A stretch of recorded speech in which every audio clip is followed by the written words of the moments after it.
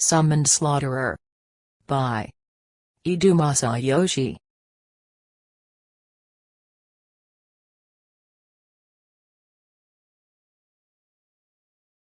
Chapter 27, This is War.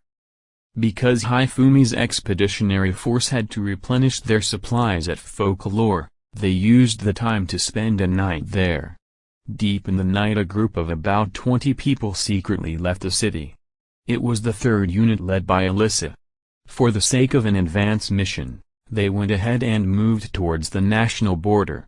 So, the reason is to kill the careless border company under cover of the night. Hifumi, for some reason the commander of the forces, Hifumi, was running as vanguard ahead of the 3rd unit. I think usually you would wait with starting until both sides gathered their troops, but Alyssa, the one following right behind Hifumi, was Alyssa. Moreover, 3 rows side by side consisting of the 21 troops of the 3rd unit came after them. Including them, all of the expeditionary force were given orders by Hifumi to act in 3-man cells. Discard the usual way of thinking. It's not like we have to particularly watch out for some promise. No matter what you do while at war, the victorious side is justified. Don't forget that the losing side has to yield everything to the winner. Hifumi, I'm sorry. Alyssa, aiming to suppress any sound. All of them were walking. Hifumi wore something similar to Order Maid-Zuri Superscript 1 produced in this world as footwear. For all of the others he came up with the ingenious idea to attach cotton to the shoe sole of their boots in order to restrain the sound of footsteps. Even so, although the footsteps of the troops were audible in their own way, Hifumi's practically couldn't be heard. Everybody, listen. Hifumi, inserting a break during the walking. They had only half of the way left before arriving at the national border as dawn was closing in. Everyone was breathing heavily. Only Hifumi was lightly breathing and remained calm. After this we will extinguish Vichy's war potential until dawn breaks. Before you are noticed by the enemy, kill them swiftly and in a reliable way. Everybody, take out your knives. Hifumi, without hesitation all troops followed the order and pulled out their knives from their waists. The backhand grip of the knives was a custom-made article and had a single edge which was new to this world. Of course, Alyssa took out the same as well. Just as you were taught. Predict the visual field of your opponent. Only aim at the throat. Don't make any sound. Don't raise your voice. Hifumi. While speaking Hifumi raised for each point a finger. Everyone nodded in silence. You were told this strategy before departure, there won't be any changes. Go.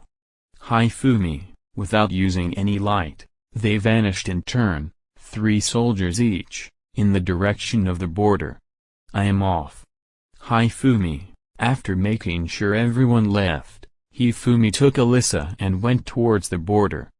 Different from the other troops, he boldly charged in from the front.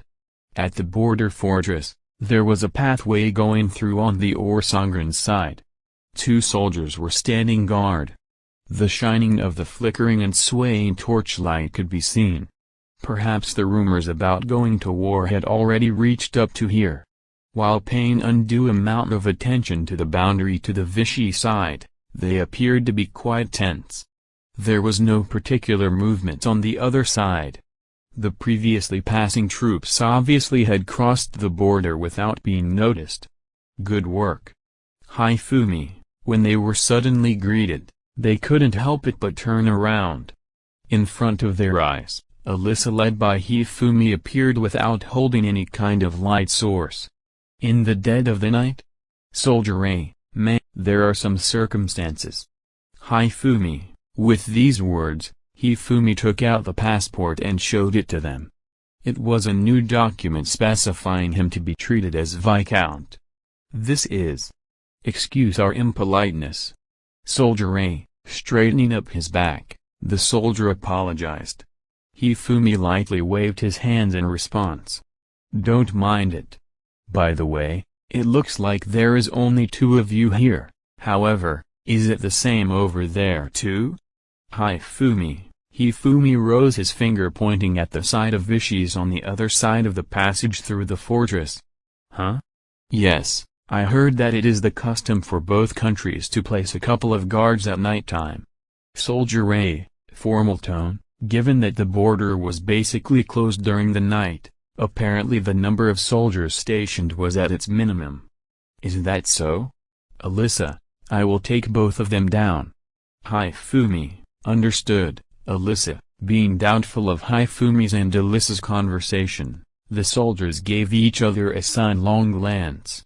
Steadily they were approaching Vichy's side.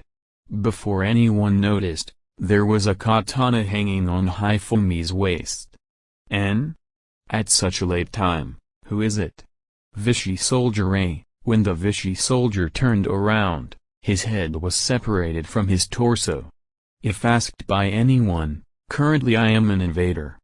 Hifumi, swinging the katana before the other soldier was able to detect the drawing, he was slain before he was able to show any kind of reaction. The soldiers, who Hifumi's group conversed with in the back of the passage just now, watched with a shocked facial expression. Looking back, Hifumi stored the katana while laughing. From this moment on the war has started. Convey this to everyone trying to cross the border.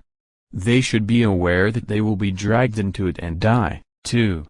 Hifumi, while Hifumi was violating the national border at leisure, the soldiers in the barracks on Vichy's side were killed silently.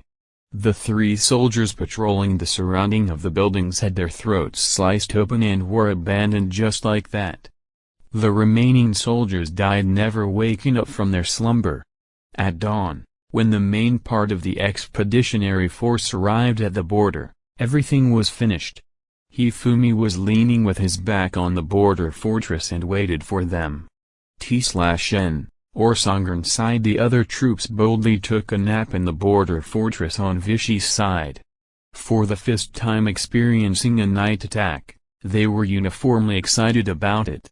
Thinking about the influence on the military maneuvers from now on, Hifumi ordered them to get some sleep for now. Seeing Hifumi's figure, Origa descended from the carriage and came over in a rush. Master. There are no particular problems with the main body of the expeditionary force to report. Origa, understood. Well then, prepare for the military maneuvers on the Vichy side of the border using the barracks as base. I will leave after eating lunch. Hifumi, as you wish. Origa hurried back to her original position among the troops. Together with Kasha, they issued instructions to cross the border. Now then. I should take a nap, too, huh? Hifumi. It wasn't only the troops, Hifumi remembered his inner agitation as well. However, different from the soldiers, it wasn't due to the murdering a while ago, but due to the part of the coming battles. He was preparing himself with the aim to act as violently as his heart desired. He made a simple plan. Even if his opponent didn't move as he wanted, in that case he expected it to become interesting and thus came up with a plan that was as simple as possible. As he was thinking about such things, Paju approached. I wondered whether you couldn't give me some information on the progress of the war. Paju, the soldiers of Vichy who were at the border, several tens of them, died. Our side incurred no damage. Hifumi answered her question smoothly as she was holding writing materials in her hands. I heard they were assaulted at the place they slept, but… Paju, that's the reason why I chose a night attack. Quite obviously. Hifumi told her over his shoulder, as a matter of course. Paju wasn't able to say anything else. Likely, in the future, I think there will be much more happening in this war that exceeds my own comprehension. Reacting each and every time will only tire me out. Rather it's better if it's only getting tired, as a single mistake by myself can easily end up with me being disposed. I understand. I will also take a small break. Paju, it all started in the city near the border, Arousal, with the incident of a single young man visiting the mansion of the city's representative on the last day. Is the representative of this city currently in? A man suddenly appearing and without warning asking to be shown to the representative. The female servant got angry dealing with him. Even under normal circumstances, for the sake of dealing with the document arriving from Morsanga and compelling them to allegiance. It was a strenuous effort to prepare the defense and consider the countermeasurements. Do you have an appointment? Servant, at best it is someone without an appointment trying to sell something but still came around, I guess. The servant arbitrarily decided for herself, exposing her displeasure in her words as well. Appointment, huh? I sent a letter a few days ago. A letter, huh? Servant, in this world where there were monsters to consider in regards to the transportation network, the sending of letters was limited to only prosperous figures. If the young man in front of me really is a visitor holding an appointment, I have made a mistake in dealing with him. The servant became anxious, but in reality that wasn't the case. I asked whether he would become our companion and fight alongside us in the letter. I came here to listen to the reply to that. Taking it out from his breast pocket, he showed a document to her. It was unmistakably an officially issued passport from Morsanga declaring the man in front of her as an Viscount. Please wait a moment, Your Excellency. Servant, due to the totally unforeseen rank of the visitor, the servant shrieked with a shrill and nervous voice while rushing towards the office of the representative. Hearing the report from her, the representative and the servants under him prepared in great haste to receive the Viscount. No matter on what kind of reply he would decide, towards a noble, who didn't take along anyone and came here by himself, the representative judged him to not be hostile and instructed that he should be handled courteously for starters. In the meanwhile it was confirmed by a thin-shaped servant from a distance, that Hifumi was the person who had kidnapped the previous city representative Ortis and strangled him until fainting in order to obtain information out of him. In the moment the servant saw his face, Hifumi turned towards the servant and faced him with a smile. The servant couldn't stop to tremble and had to be taken to the medical office in the end. Somehow or other Hifumi was invited to the reception room and sat down on the opposite side of a man called Kilson, who immediately was inaugurated as city representative after Ortis passed away. He was a merchant, in the mid-40s, who had worked up his way in a single major company in his entire life. Behind Kilson was standing the female servant who had dealt with Hifumi at the beginning. Somehow it seemed like she had the position of being his secretary. I have heard a little bit of rumor about Hifumi-sama already. Kilson, I don't need any roundabout greetings. First, let's hear your answer. Then we can proceed the conversation from there. Hifumi, being interrupted in his attempt to exchange some modest greetings as opening, Kilson's nose became white. Although he wasn't a noble in Vichy, he had often negotiated with nobles coming from foreign countries, including Morsanga, in the past. Yet he didn't meet such a noble until now. Judging Hifumi's youth, Kilson concluded him to be a noble rushing for results due to his scarce experience. I am very sorry. Related to the document delivered from Morsanga, we unfortunately weren't able to carefully examine it yet. Please wait for the reply until then. Kilson, towards the harmless and inoffensive reply of not committing himself in any way while at the same time asking him to temporarily return until Kilson could come up with his answer, Hifumi laughed scornfully. The local administration here takes it obviously quite easy. The representative was kidnapped and even though questioned whether they want to resist their ruin or join the other side, they weren't able to come up with a decision on how to deal with it within a few days either. Hifumi, I can't believe this was said by the criminal himself, honestly. Hey youngster, I think you should behave more modestly even if you are noble. You do realize that it would be fine to arrest you as a criminal here, right? Since I will close my eyes towards the amount of rudeness you showed here, go back now. Kelson, dealing with Hifumi, Kelson's look and tone changed. I understand that you want to rush the results due to your youth, but you are 10 years too early to stick your nose into the exchanges between nations. In the first place, the documents from Warsongrand are an aberrant threatening letter. Meddling in our national politics just because of some brat who managed to somehow get some military gains due to committing crimes. Is this document supposed to be a joke? Looking down on our government will sooner or later cause you a painful experience. Kelson, I see, in other words you don't intend to accept our demands. Hifumi, of course not. Do you think that Warsongrand has the necessary military forces to invade into Vichy? Just considering the financial clout to fund the military forces, there is no way for Warsongrand to win a war in a direct confrontation. That already applies to only the city. We have plenty of defensive forces to deploy. Kelson, apparently Kelson had judged Ordis to be the only incompetent person. He didn't seem to acknowledge the value of Hifumi's ability overly much either.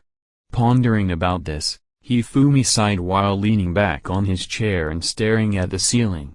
I see that you haven't thought about it carefully. Do you know why I came here by myself?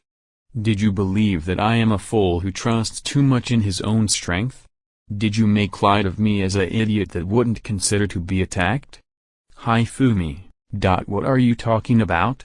Kelson, I wonder which of us two isn't taking the exchange between nations seriously. Every last of you. Why do you conclude your opponent would attack in an easily understandable way from the front? Hifumi, while talking the faint smile floating upon Hifumi's face slowly stiffened due to his anger. You said you are called Kelson. Didn't you consider the possibility of me killing you here? For example, did you think of the possibility of my subordinates secretly infiltrating and raiding the soldier posts in each place? Supposing that you lose all your pawns before the actual fighting begins, what will you do? Hifumi, I am impossible. But you haven't heard my reply yet. Kelson, Kelson's face was soaked all over in sweat. He was nervous and his back became unsteady. This document itself was a plan to restrain your statesman. You didn't notice until the end, huh? Although trust is important, going this far is like a splendid flower field. Squared. Hifumi, while talking, he stood up and took out the katana in a very natural behavior and then thrust it. Kelson, the point of the katana pierced through Kelson's lungs. Watching him painfully breathing and scattering bloody vomit while thrashing about in agony on the ground, the female servant was dumbfounded. Falling on her bottom without grasping the reason for it, she just wept. Your representative will die very soon, what will you do? Hifumi, PL please don't kill me. PL please. I don't want to die yet. Servant, groveling on the ground as the servant begged for her life. Hifumi's ardor was dampened and he returned his katana into its scabbard as he watched Kelson's state, who had died unnoticed. His eyes emptily staring with a facial expression full of anguish. He died just like that. If you choose to not fight, announce it immediately in the entire city. This city has been annexed into Warsongrand from today onward. Hifumi, going to the extent of declaring this much. Incidentally, several troops of the 3rd Unit burst into the reception room. Viscount, are you fine? Trooper Ray, obviously. How did it go on your side? Hifumi, the disposal of all soldier posts has been completed without any problems, sir. Trooper B, while Hifumi had gone to the meeting with a representative, Alyssa, after gathering information on the soldiers' posts, had secretly infiltrated the city alongside the 3rd Unit, which had dispersed in the vicinity. They assaulted the soldier posts almost simultaneously. Several of them bore light injuries due to the resistance. All soldiers had been killed. The female servant, who still didn't manage to get up, wore a face of disbelief listening to the contents of the talk. You heard it. Hifumi, why yes, servant, the possibility of using soldiers has vanished. Relay this news to the citizens with only the staff of this mansion. Do it right away. Tell anyone who wants to complain, to come here. So I can kill them. Hifumi, although being hesitant, she quickly moved upon hearing Hifumi's words. To leave the room, the servant crawled on the floor in order to spread the information about the soldiers of the enemy nation while looking pathetic at the same time. What about the first and second unit? Hifumi, as planned, they are blockading all of the city's exits, sir. Trooper Ray, good. I will go check the situation. 2 teams will remain here. In case the servants show unusual movements, kill them. Hifumi, yes, sir. Troopers, taking the other troops along, Hifumi left the mansion in high spirits. In this way, they had performed the world's first one-sided invasion. The history of Arosal as small-scale city-state ended and it changed into a simple district city. This truth wasn't only circulated amongst the surrounding cities but also reached the central government in no time. Thereupon Vichy became aware of the situation for the first time. It became a fact that Torsongrand really intended to go to war with Vichy.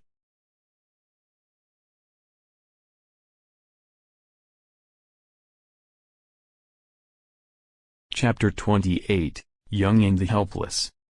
The 2 entrances to the city were blockaded by Hifumi's troops, and while one could enter the city if he consented to an inspection, no one was allowed to leave. An infantry unit oversaw each of the exits, while the engineer corps set up an iron-gridded fence, the grid being shaped in diamonds, so as to narrow the entrances.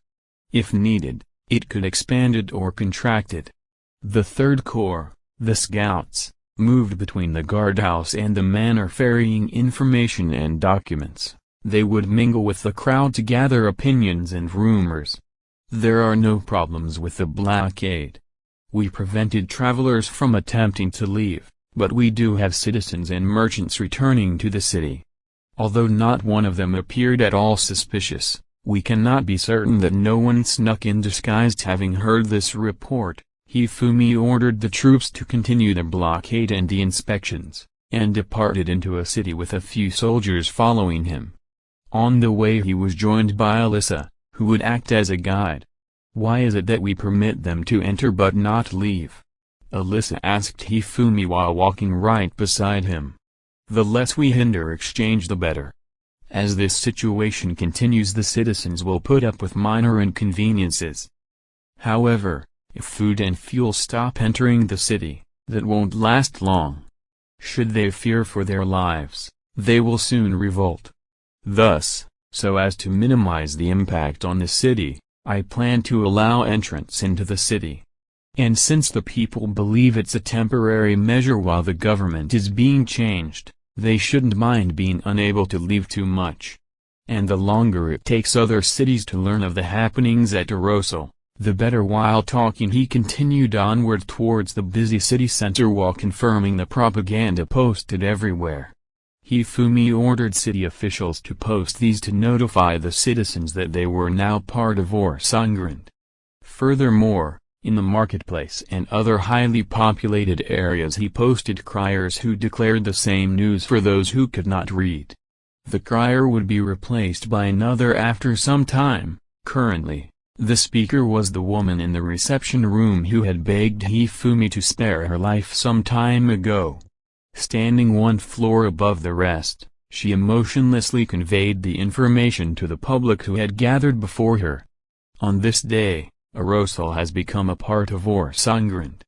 Presently, all are forbidden from attempting to leave the city. This ban shall be lifted soon. We're no longer a city-state. Where did all the soldiers go? There wasn't even a war, and the government suddenly switches sides. What treachery! What will happen from now on? The citizens, oblivious to the actual situation, hurled insults and complaints at the criers. Hifumi, however, ordered that these remarks go unpunished and the people remain unoppressed.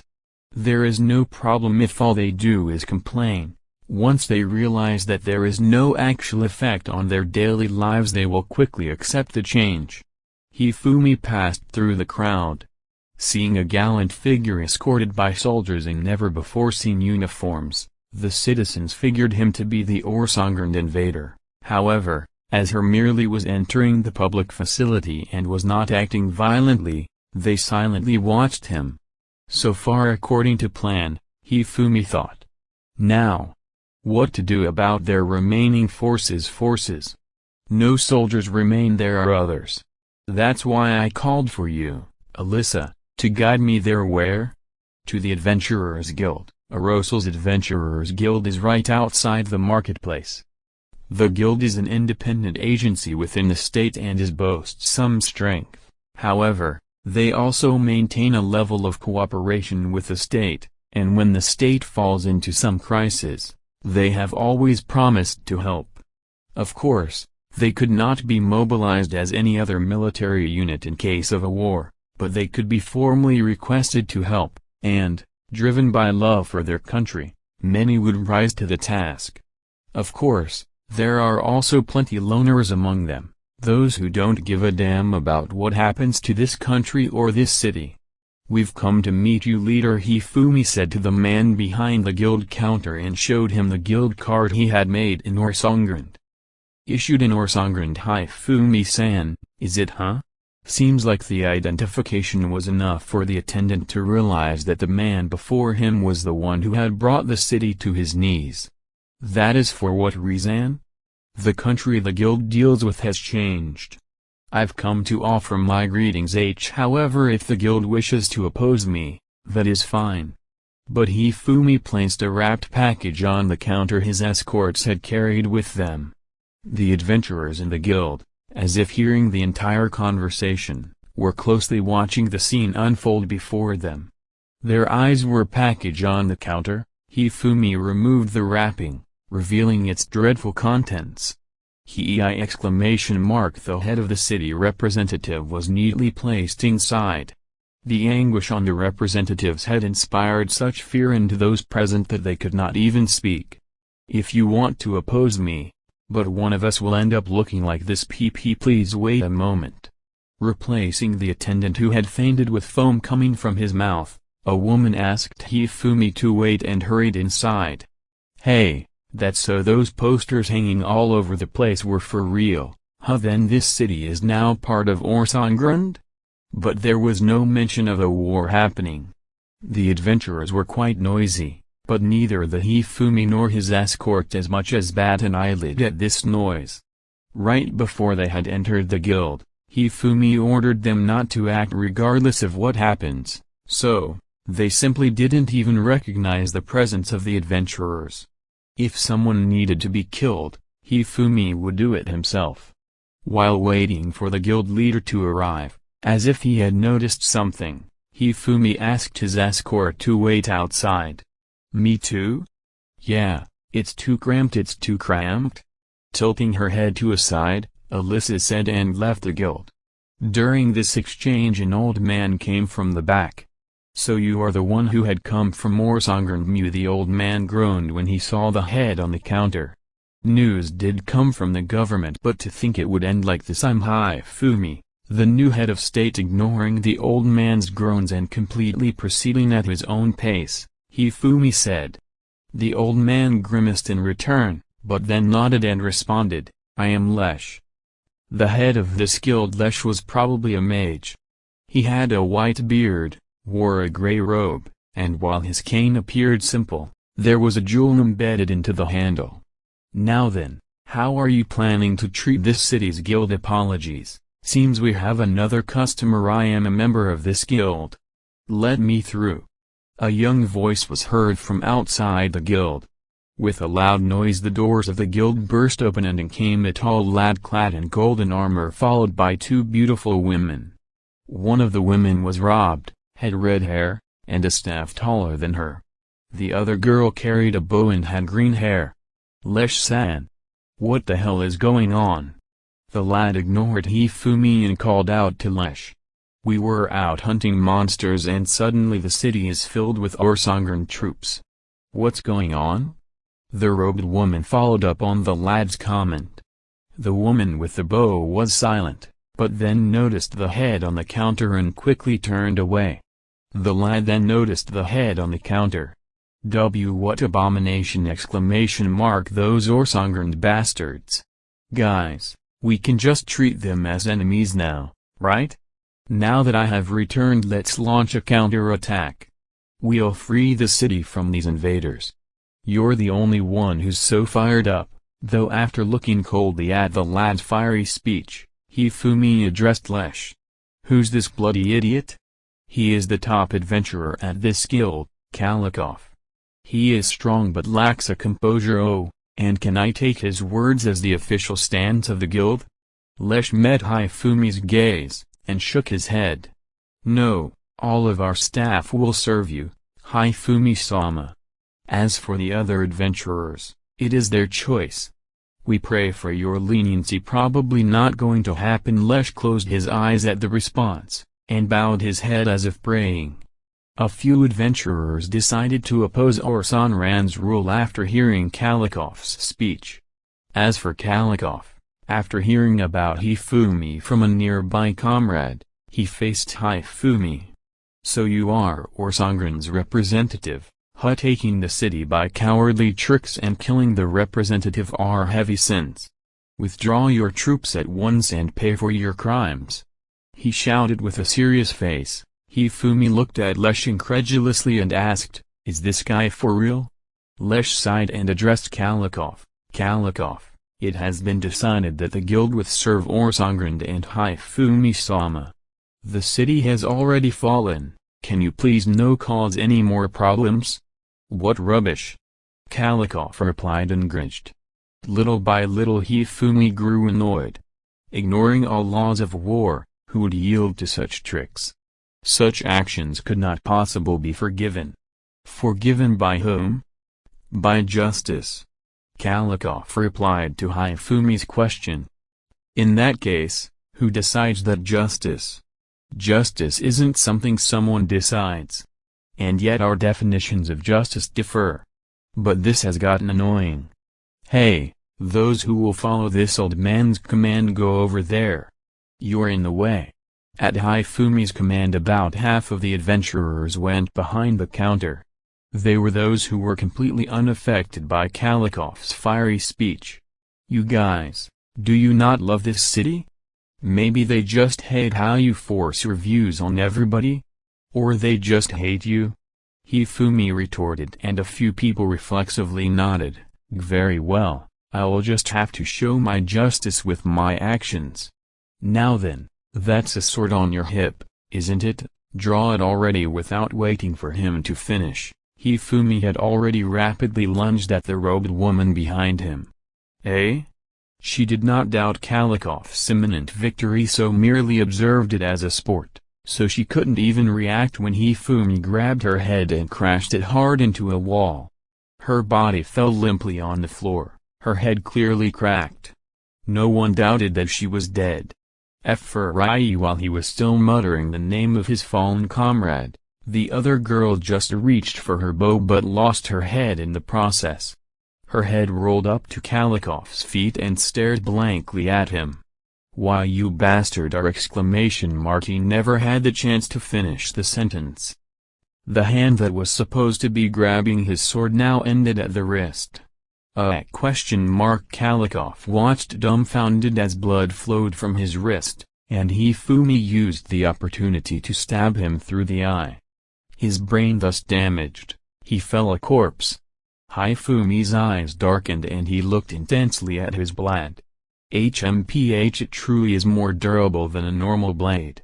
Though I aimed at an opening, I still had to cut through armor, and yet not even a nick in the blade. Kalikov as the other adventurers had now stood motionless, but Hifumi did not intend to let them off. If he did, they could go around causing problems, and, most importantly, they have already made their choice. As if to check the quality of his sword, He continued slaughtering every single adventurer around him. Some were groaning without hands, some had their guts spilled onto the floor, some women were cut right in half, and some men now turned into bleeding Daruma, limbless. And surrounded by corpses, Hifumi wiped his katana and again inspected the blade. Though he has caused such terrible carnage, he was not at all moved. As for those watching this unfold, many lost consciousness. But every single one of them now felt nothing but fear towards Hifumi. Lesh included.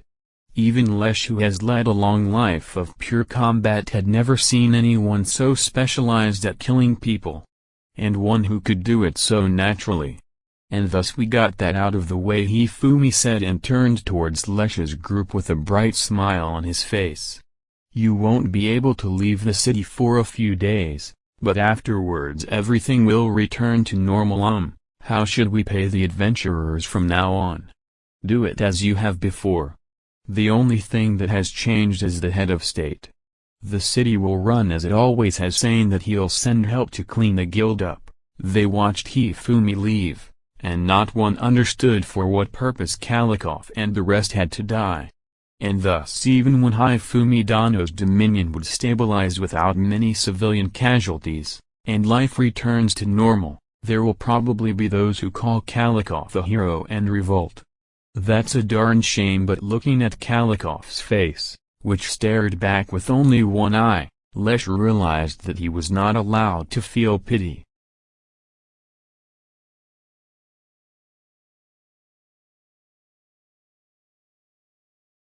Chapter 29. There she goes. Hifumi occupied the cities and villages by the Orsangren-Dirosal border one by one. Basically, the reason they captured Dirosal the way they did was only for the soldiers to gain experience.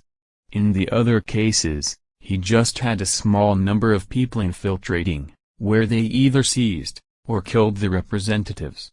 The places that seemed to be able to offer some resistance were pinpointed and suppressed.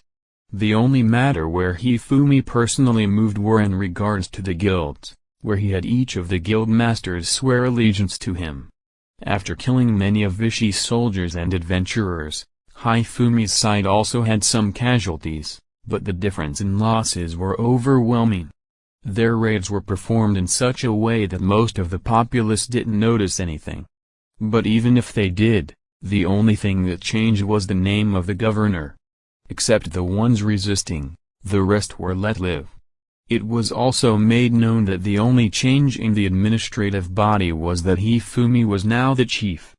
Except that, there were no changes, so nothing really went out of hand. At the moment there simply wasn't enough time for a complete restructure of the administrative system. Except putting the central government's spies and liaisons on house arrest, Hifumi didn't really take any actions towards them. In time, they were to divulge the state of affairs within their area of control. In the meantime, 3 city-states and 10 of the surrounding villages were put under their control. In each of the cities, the opposing parties were generally killed, and passage through the city gates was restricted.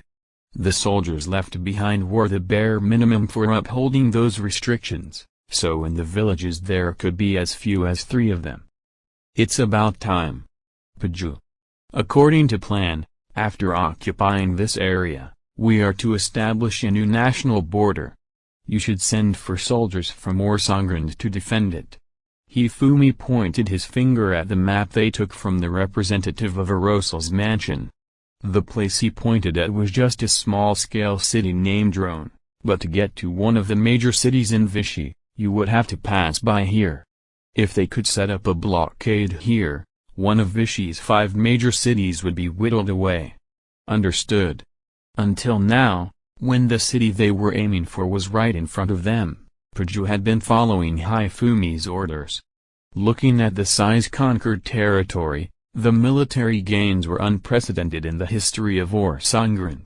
Furthermore, occupying these cities and villages in a relatively unscathed condition, the tax revenue would barely need to be reduced at all. But doing it in this manner, which was a first for the knights, Praju didn't think the aristocrats could possibly agree to it. If the head of the campaign wasn't Hifumi, and rather someone else, he would have been replaced long ago. Well then, I guess I'll go have a talk with him in Roan. Seeing Hifumi straddling the horse and riding off on the highway alone, leaving the troops behind, Praju was thinking about the future of Orsongrand. Imararia probably doesn't have the notion to invade other countries herself. If that's the case and Vichy wants to enter negotiations with us, offering Orsongrand an apology, it should all conclude there, but would Hifumi agree to stopping at this point? Would he listen to anyone's opinion, and change the way he's thinking? In the end, would it all be over with Vichy as the only victim? Praju looked at the troops participating in the campaign. They were all showing signs of fatigue. Having no experience with these methods until now, they were performing silent invasions, and engaging in one-sided slaughter. Sure, they had signs of physical exhaustion, but what had really exhausted them was the repeated killing of enemies, including many who couldn't even resist. They were primarily concentrating on performing night raids and surprise attacks. Although they were operations in which the masses weren't hurt, in the end their purpose was still having others killed. Exposing the Orsongrand knights and soldiers to this to the extent they were, what would become of them? If they didn't stop soon, perhaps Orsongrand would crumble from within. Auriga couldn't understand Hifumi's real intentions, but didn't voice any opinions towards him. Alyssa didn't understand him either, but decided to keep following orders. Perhaps if Hifumi was thinking about stopping. Praju was observing Kasha ordering the first unit around, preparing for the next assault. Among Hifumi's followers participating in the campaign, Kasha was the only one having shown uneasy expressions a couple of times. "Sorry, do you have some time?" When Kasha seemed free for a little while, Praju quietly asked her. Closing in on Roan, Hifumi frowned. The smell of blood drifted over from the wind. The town's entrance came into sight, but there were still no presence of people. What's all this about? Speeding up the horse, Hifumi tightly held on to his katana fixed on his waist. The left hand was propping up the scabbard, making him able to draw at a moment's notice.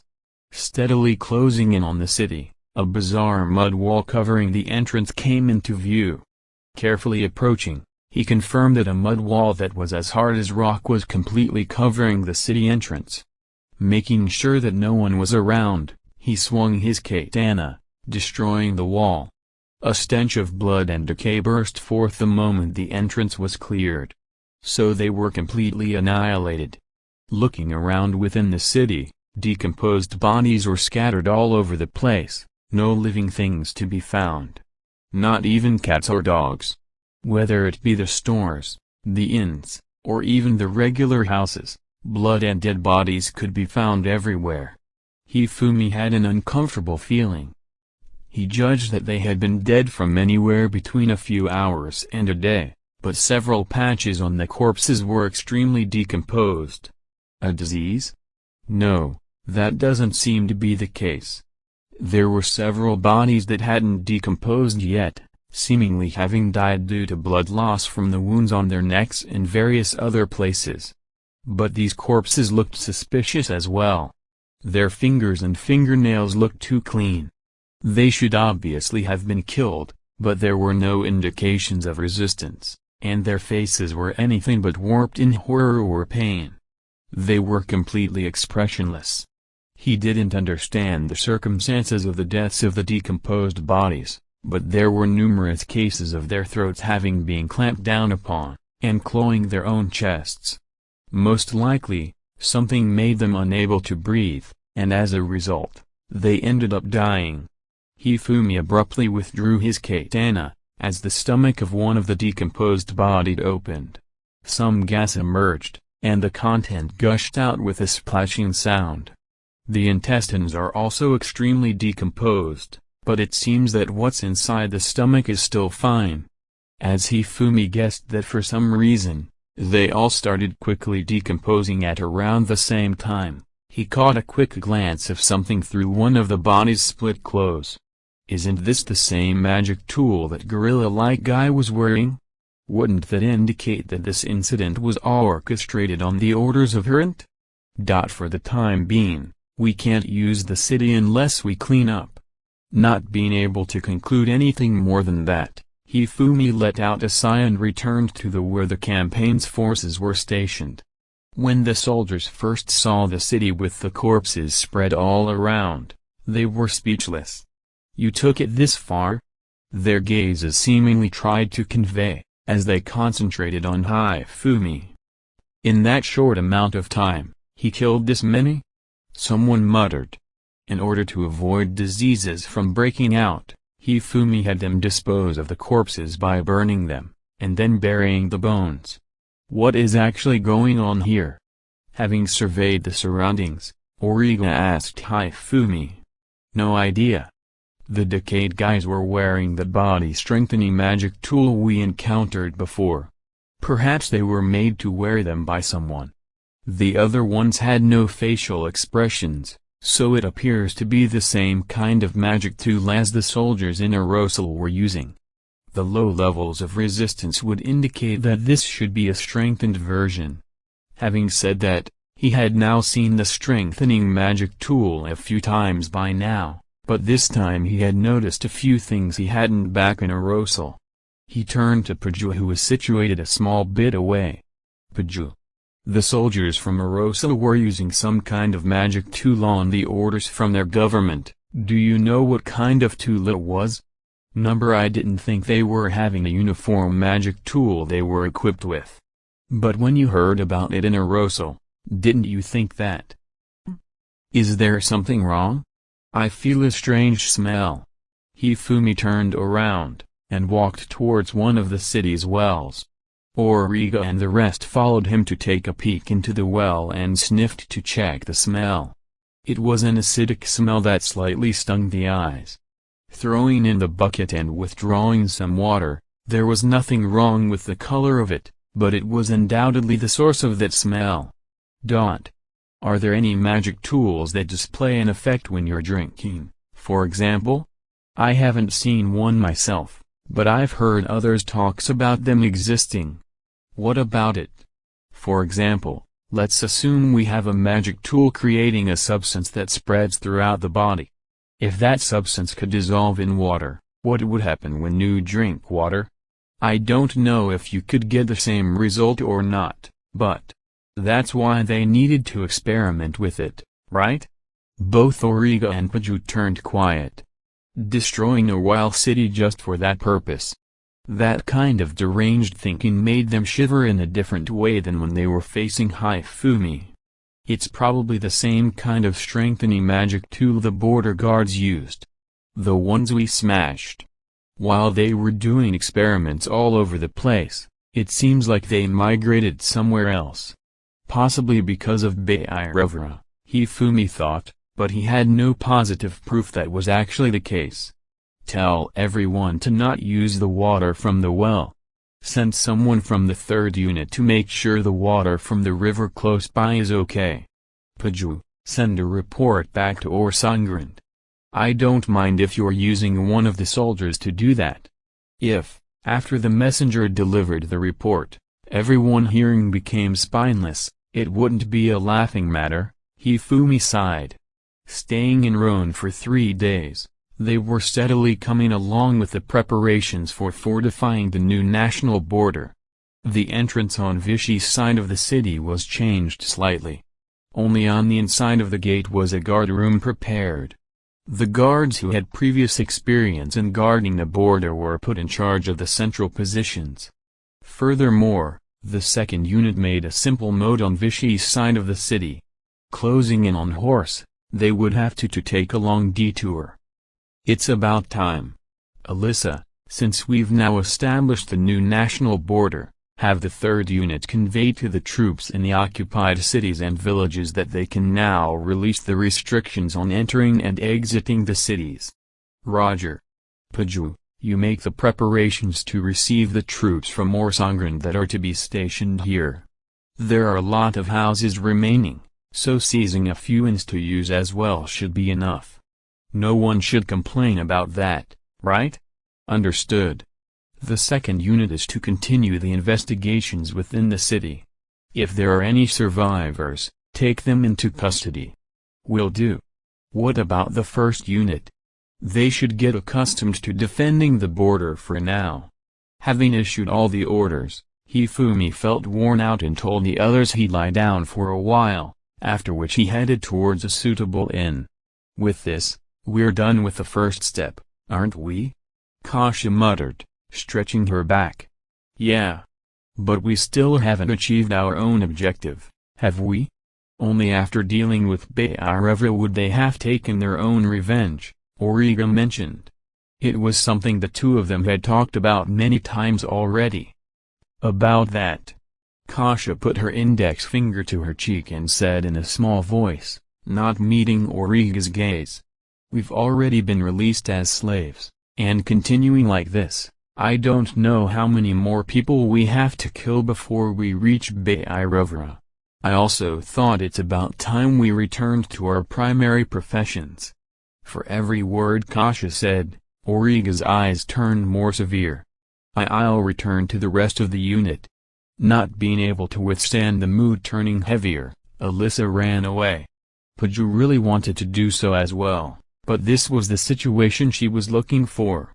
But more than just having it happen, she had to see for herself how it would unfold. So she stayed to listen to their conversation. Kasha, you may have some valid points in what you say, but I didn't think you were this dishonorable. Hifumi giving us our freedom back is amazing, I'm not saying it isn't. But we're adventurers, so originally our enemies were the monsters. Killing people is just. I just think that's wrong. If that's the case, you can return to the capital by yourself. I'll still be following Hifumi. Ah. After that, Origa turned around and walked away at a quick pace. Kasha stretched out her right hand as if to stop her, but grabbed nothing but air. I'm sorry. I made you do something unpleasant. It's fine. We aren't fit to command soldiers like this in the first place. Origa will eventually come to understand it as well. I'm thankful towards Hifumi, but that's not treason enough to do this for an extended period of time.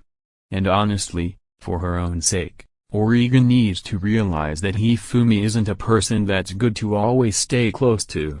Yeah, I understand you as well. If Hifumi knew about Praju's goal, how would he react? He's a person who doesn't care about others, so perhaps he wouldn't say anything if a comrade decides to leave. But what would happen if they do something Hifumi would regard as treachery, or hostility? She might not be able to return to her own country, or perhaps even die.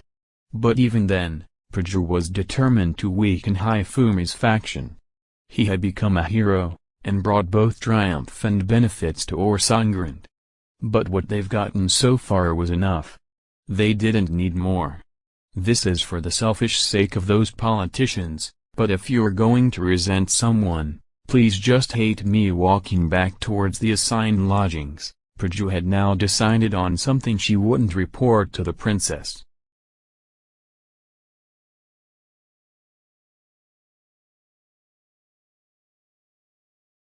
Chapter 30, From the Inside. Although they solidified the national border, many of the new fortresses belong to Orsangren in name only, they are unoccupied. The invasion so far, primarily due to the fact that preventing people from getting out also slowed down the speed at which news travel, has continued without much opposition from Vichy. And now, via these fortresses, some people are leaving Orsangren for Vichy. Hifumi, who observed this happen, merely marveled at how few actually emigrated. Yet their hesitation to leave their home cities and villages is predictable. The roads are underdeveloped and their only means of subsistence comes from the businesses they took years if not generations to develop. The only who do travel are the second sons, the unemployed, and the wealthy. Frankly, I thought you might just decide to massacre everyone," Kasha said, while partaking with Hifumi the lunch the supply corps prepared. "Civilians are not the enemy. Only the enemy needs to be slaughtered. But fighting tens or even hundreds of soldiers is inefficient and boring. Instead, it's best to force those Vichy bastards to become afraid and to strengthen their ranks with more people. Then, they might finally come at us for real. If they do, wouldn't we lose?" Alyssa was there among them. Only Origa and Pajo have not returned from their respective tasks. In fact, Origa has been intentionally avoiding Kasha since yesterday. "Right, we might lose her?" Kasha froze mid-bite at Hifumi's nonchalant declaration. The soldiers here have only crammed knowledge of infiltration and assassination. Even if they had any worth as soldiers before, they would simply be overwhelmed numerically. But then, what should we do? We're fine as long as we don't fight them head-on. We need to dictate the environment and attack them after dividing them into smaller groups. Besides, we don't really need to wait for our enemy to gather their forces, and even if they do, we just need to have them scatter a bit. But should there be a person more capable than I among them, we'd lose," Hifumi concluded while putting the last piece of meat in his mouth. "But they teach soldiers never to consider defeat," Alyssa murmured, and Hifumi rebuked her. "Don't be a fool. How could you think of cutting someone down without considering being cut down? Says a guy who could easily cut down hundreds. 100 may not pose a problem, but I too am human. I too need to rest, and I cannot fight continuously for many hours. If I fail to dodge even a single slash out of fatigue, I will die. No matter how strong you become, this fact never changes. That is why killing is just as fulfilling as living," Hifumi said. These words were imprinted in Kasha's mind. Even this monster of a human considered death. After lunch, Hifumi observed the border with Alyssa, and called out to 3 men attempting to leave. "Yo, could you wait a minute?" Oh my," Viscount Samith, the first of the 3 burly men, responded to Representative Hifumi. "You are spies from Vichy, aren't you?" "And no, we are simple traveling merchants." Wiping the sweat from his brow, the man replied, but Hifumi grabbed his hand and pointed to his palm. "Merchants don't have hands like this." Drop the obvious lies. The smile on the man's face disappeared, and his look down, serious. "As expected of the Expeditionary Force General, I presume. I applaud you. I am indeed a spy deployed by Vichy's Central Council while this man was already in Anne-Rosal City when it was occupied by our Sangren's Expeditionary Force. He was away from the representative's manor and thus avoided capture. So he pretended to be a merchant and sought to join others on his return to Central. Seems like I am fated to perish here. These 2 men are indeed in my employ, but I have hired them here. They know nothing about my purpose. I beseech you to have mercy." "What are you doing talking to me like I'm some homicidal maniac? I didn't stop you to kill you. You're headed to Central, so I wanted you to deliver something for me." "A delivery, you said? Should I hand it to the council?" Once the spy noticed the document Hifumi took out, he immediately realized it was addressed to Vichy's government. "Yeah, so after they get a grasp on what has happened here, I need the response to this letter. Let's say 20 days from now, since it takes 7 days to reach Central from here." He gave them plenty of time. "Understood.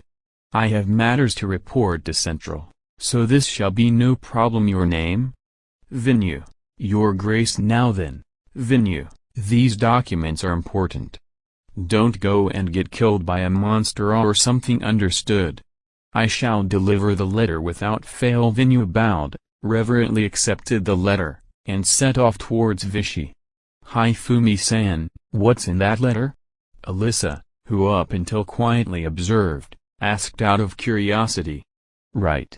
Well, I guess it's fine," Hifumi said after concluding that nothing will change even if she were to know now. "So you know there's this man that Origa and Kasha are looking for, Beiravra? Apparently he's one of Vichy Council's spies. Rather than having to run around all of Vichy looking for him, it's a demand to have him extradited. Hifumi could only laugh, thinking that this document had Imeraria's signature on it. Now, Vichy could simply blame Beiravra as the cause of his war, or respond in silence and face condemnation as a country that harbors criminals. One way or another, they were being pressured.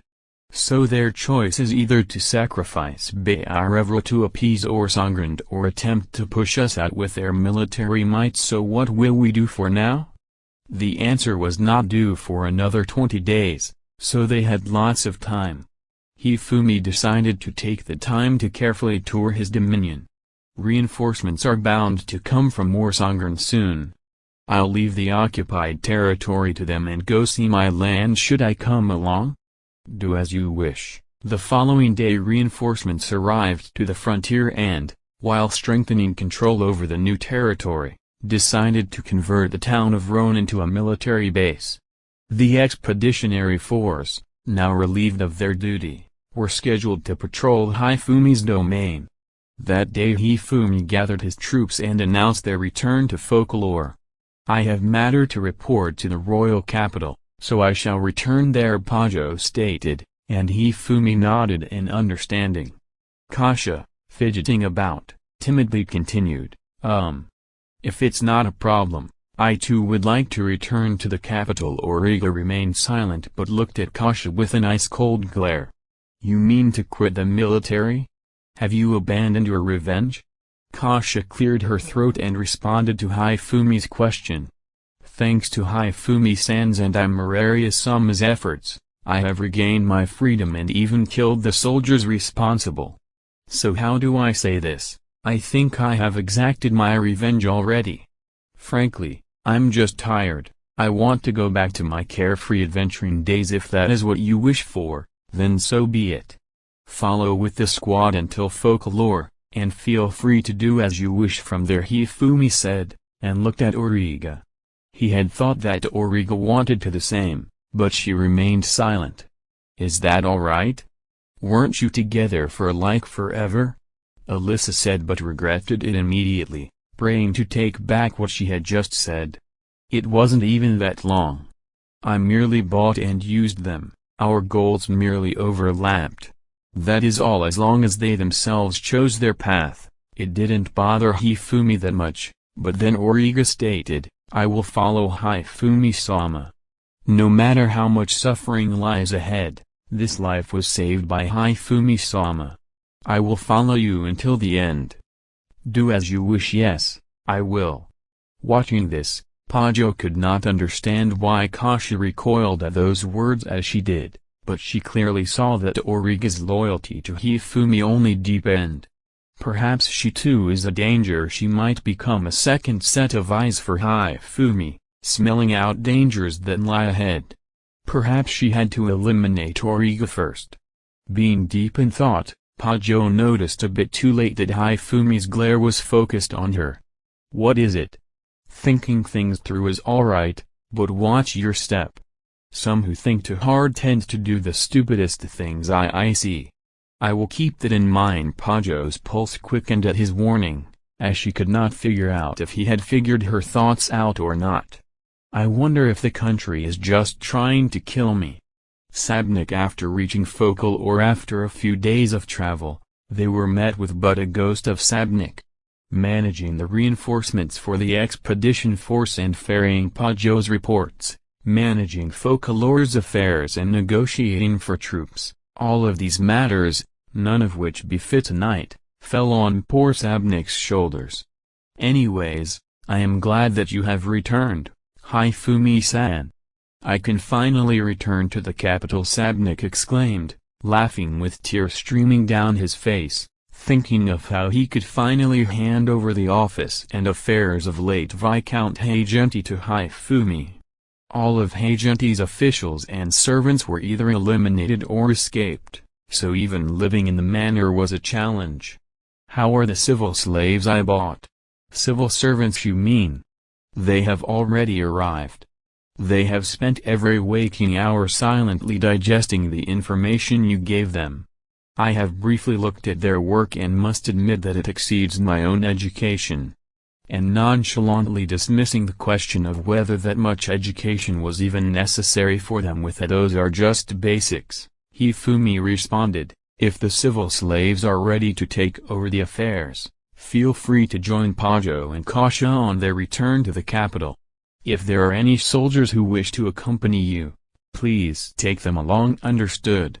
The major points were summarized well. Economic situation was stabilizing rapidly. Faction representatives abstained from any major action, certain statesmen have been replaced, and a list of merchants entering and exiting the domain was compiled. Aren't you fit for this kind of work more than that of a knight? Please, don't. I'm a knight.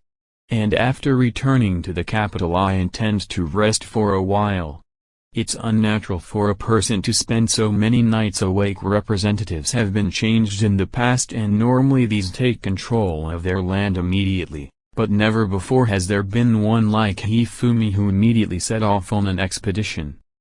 About that, I assume you know. But you have heard about the town destroyed within Vichy, right? Yes, the news of that matter and the possibility that magic item was used is known here well. About that, you've been assigned to investigate the case. That's what the captain of the reinforcements asked me to tell you, at least investigation of magic items fits a knight, Hifumi said while smiling and sipping tea. Tea was prepared by a proper maid, so it made even Hifumi relax.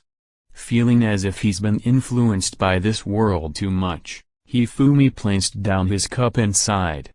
See, can't you leave it to Pajo-senpai? His dreams of the rosy vacation drifting further and further away, Sabnik was in a state of panic. Hifumi, however, merely stared at the ceiling. Pajo, huh? You know how she is probably busy working for the queen. The ceiling was decorated with carved lumber, with the depictions of dragons and phoenixes visible. These beings too are present in this world. For Imararia-sama's sake, you say? Sabnik turned his head and was met with Hifumi's laughter. Yeah, and a big job I bet it will be. Now then, how about I meet the slaves? They'll get busy from now on as well, huh? Ah, understood. Hifumi started for the door, but then stopped. By the way, how many soldiers does Orsongrand have? Soldiers? Those loyal to the crown number around 10,000, under the control of the nobles there may be up to 30,000 more. And there are currently 3,000 soldiers stationed at Harant. Why do you ask? Sabnik answered as if trying to shoot down any requests for additional troops. But that is not why Hifumi asked. Not to increase our troops. If there are more people, it's easier to trip over. If you know the enemy and know yourself, you need not fear the result of 100 battles. How do you mean? You'll see. Without turning to look at Sabnik, Hifumi left the room.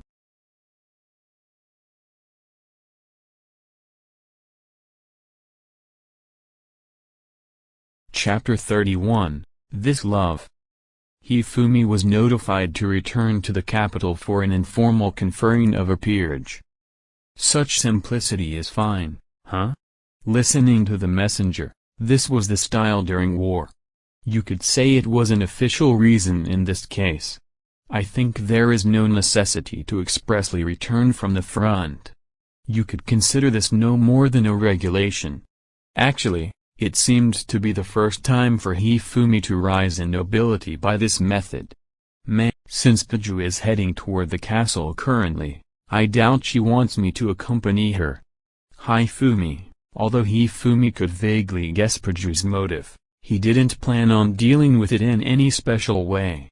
As he didn't really consider Orsongrand an enemy nor did he judge them to be allies either, he didn't particularly care which path they would choose. The state being as it is, Hifumi officially became the feudal lord of the central Viscount territory of Folklore. The mansion of the former feudal lord of Folklore became his residence from now on. Since he wasn't very concerned about the place he lived, The new maids he had employed only were to clean, as he decided to use all of the rooms without changing them. Even though Hifumi said it would be plenty for him to use a small room like the servants used, he was persuaded by Sabnik that if the feudal lord were in such situation, the servants' rooms would end up shrinking even more. Thus, the result was that he would use the room Haganti used before. Incidentally, Origa and Alyssa also received a room for living in the same former feudal lord mansion.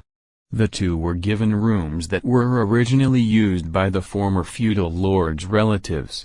Alyssa swiftly decided on an extravagant room to live in, but she was unusually bewildered, having her circumstances being taken care of by maids. From the time Origa returned to folklore, she stayed close to Hifumi, almost as if her position was to be his secretary. She also aspired the room next to Hifumi's room. Thus she was finishing her work vigorously. Really wants that mistress position, huh? Although one part of the expeditionary force returned to the capital, the majority of above 80 people stayed behind. Revising from their organization during the war, they divided into 4 groups to guard the territory, maintain the public order, and practice all kinds of things. They changed into a simple way of performing a relief rotation and decided to conscript new recruits from within the territory. Alyssa was employed as army manager while Origa was employed to manage the civil officials. Merely for form's sake, Hifumi arranged this shape of system for now. By the way, as Alyssa was anxious to manage the troops by only herself, a single woman called Muka, who was originally a civil official in the capital amongst the civil official slaves, was assigned as her assistant. These decisions up until here were made and notified as they decided to move towards folklore. After arriving at folklore, these were immediately realized. And now, in front of Hifumi, 4 of the slaves took a written test while eagerly sitting at a desk. The objective was to see the results of finishing the provided assignment. Given that Mukher secured the duty of being Alyssa's assistant, only the remaining 4 had to undergo the test. As it would affect their own future, all of them were desperate. "All right, it's time. Everyone put down your pens."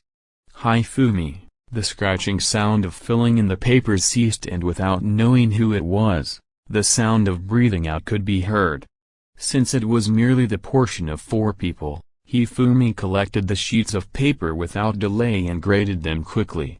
"All right, man, I guess it's fine. All of you will operate as civil officials under my direct control." Hifumi, after checking the answers of the test, Hifumi tossed the papers on top of the desk and looked at everyone while talking. "I'm so glad." "Slave," a single woman muttered while the others had a relieved facial expression. "Well then, I will now explain regarding the organization of this city's administration. As it isn't a city of significant scale, it isn't feasible to make anything but a simple structure. The 5 of you guys and Mukher, will play a leading role in the administration of this city with Origa on top. As you know, Mukher will be transferred to the troops. Depending on the situation, she will bear the duty of mediating with the administration. Kame, T/N Kaimu and Brakra, T/N. Bureaucracy will carry out the budget compilation as well as tax collection. Peru, T/N. Peru will manage the creation of a family register. The administrative guidance related to commerce and industry will be done by Doelgar, T/N. Darugaru. As I will steadily hire personnel, I will appropriately divide them and assign them to you guys. Hifumi, Anno. What is a family register? Peru, the youngest woman among the slaves, Peru, raised her hand. Ah, now that you mention it, I didn't explain that. Hifumi had heard from Sabnik roughly about the tax system in this world. From each farmer in a village, around half of their annual harvest would be collected. From the merchants, a fixed amount of money would be annually collected depending on the scale of their business and the merchandise they dealt with. As for the other members of the general public, A staff member would annually collect a poll tax depending on the town. Although Hifumi said there were many leaks like that, since there were only few people who could calculate, Sabnik mentioned with confidence that this degree of taxation was the limit of what was possible. It is work that investigates who and where someone is living and compiles this information. Certainly, because there is obviously no concept of addresses or such either, most of the personnel will be at first sent under your supervision. After explaining the details, they will attach a number to all plots of land and houses within the city. Furthermore, they will check up who lives there and what kind of occupation they have. And then you will hand this information over to Kame's group. This will become the basic information in order to collect the taxes.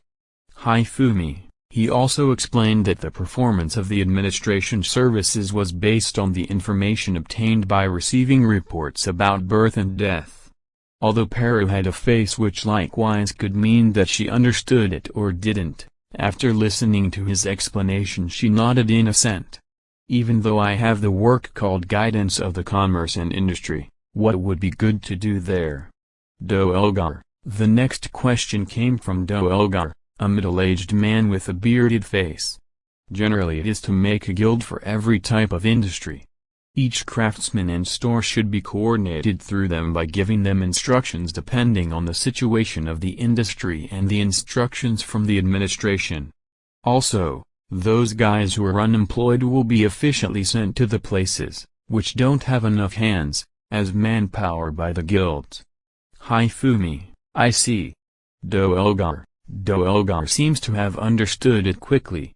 And, before long there will arrive several dwarf slaves at Folklore. Since they are able to somewhat produce some things as well, we will distribute those goods, which have become our specialty, through the guilds in the country's market. Everything in regards to that I will entrust to you. Hifumi, I have understood. Do Elgar, furthermore, such things as tax collection and tax rate, he explained to everyone the details of what he planned during the war. As soon as the family register information was gathered, he would announce the change of the tax system. In order to validate them, each of them would be given a private room in the feudal lords' mansion to serve as office and would have an exclusive maid assigned to them.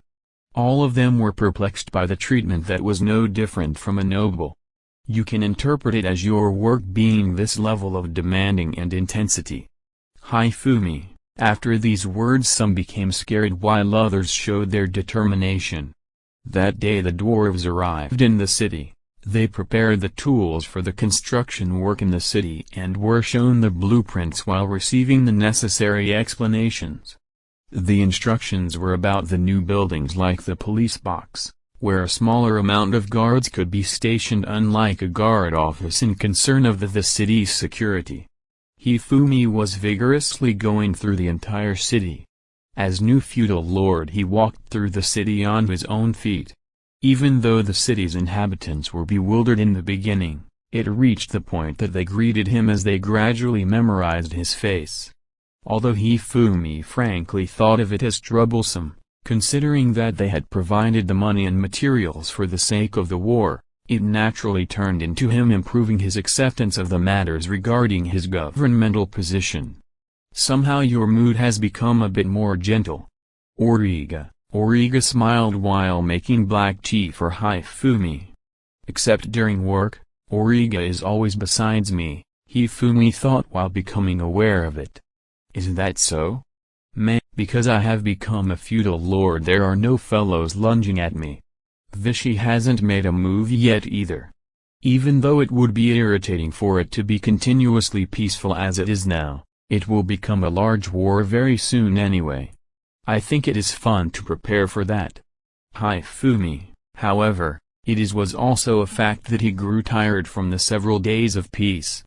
As he was spending hours inside to lead the government which he wasn't used to, he felt that the scent of battle vanished. There was once again a hunch welling up that he wouldn't be able to kill, similar to the anguishing time he felt when he lived on Earth for 10 odd years. That I heard from Alyssa. Origa, towards Origa's voice he returned his consciousness from his deep thinking. What? Hifumi, it's about the matter regarding Hifumi-sama sending a written letter in order to the central government of Vichy to hand over Beirovra. Thank you very much. Origa, given that Alyssa is apparently often consulting with Origa, I guess she heard about it then. Although I didn't plan on hiding it either. We don't know yet what kind of effect it will have. There is no guarantee that Vichy will follow it obediently either. There is no need to thank me for something like that. Hifumi, even if there are no results, I will gladly accept the situation just like that. Because of that, Origa, with a deep red face. Origa tried to convey something while being fidgety, but she wasn't quite able to put it in words. Seeing her like that, although it is appropriate for a girl of her age, for some reason she ends up wearing me out recently, Hifumi didn't consider his own gender in the slightest at all. You better not continue saying anything yet regarding the previous matter. Hifumi, eh? Origa, even I am a man. I am happy about your feelings. Hifumi urged Origa to the couch in the reception and also sat in front of her himself. But, I bought you, who was a slave, as a slave. I couldn't accomplish your vengeance properly either. Man, I guess for Kasha this much was fine already. Even though I won't say that I am close to fulfilling your revenge, isn't this like the often seen part of imprinting something? Hifumi, there is no such thing. Origa, thinking that her feelings were denied, started to spill tears. Calm down. As I haven't really settled down in this world yet, you can say that I didn't think about wanting to have a relationship like that. It is for my own convenience. Sorry. Hifumi, seeing the figure of the apologizing Hifumi, Origa quickly subdued her feelings. As such a degree of apology towards me, Hifumi-sama, please stop it. Origa, I don't dislike you. But, in the current situation I don't plan to go any further than that. That's right. Once the case with Vichy has been settled, I will make time for us to talk at ease. However, only if Origa's feelings haven't changed at that time. Hifumi, even though Hifumi's way of talking showed signs of jesting, Origa took it seriously. I understand. As my feelings won't change, I will prove it to you that I am suitable woman to stand at Hifumi-sama's side. Therefore, could you please watch me? Origa, understood. Hifumi, was Hifumi's reply sufficient for her for the time being? Regaining her smile, Origa bowed and left the room as she had to return to her work.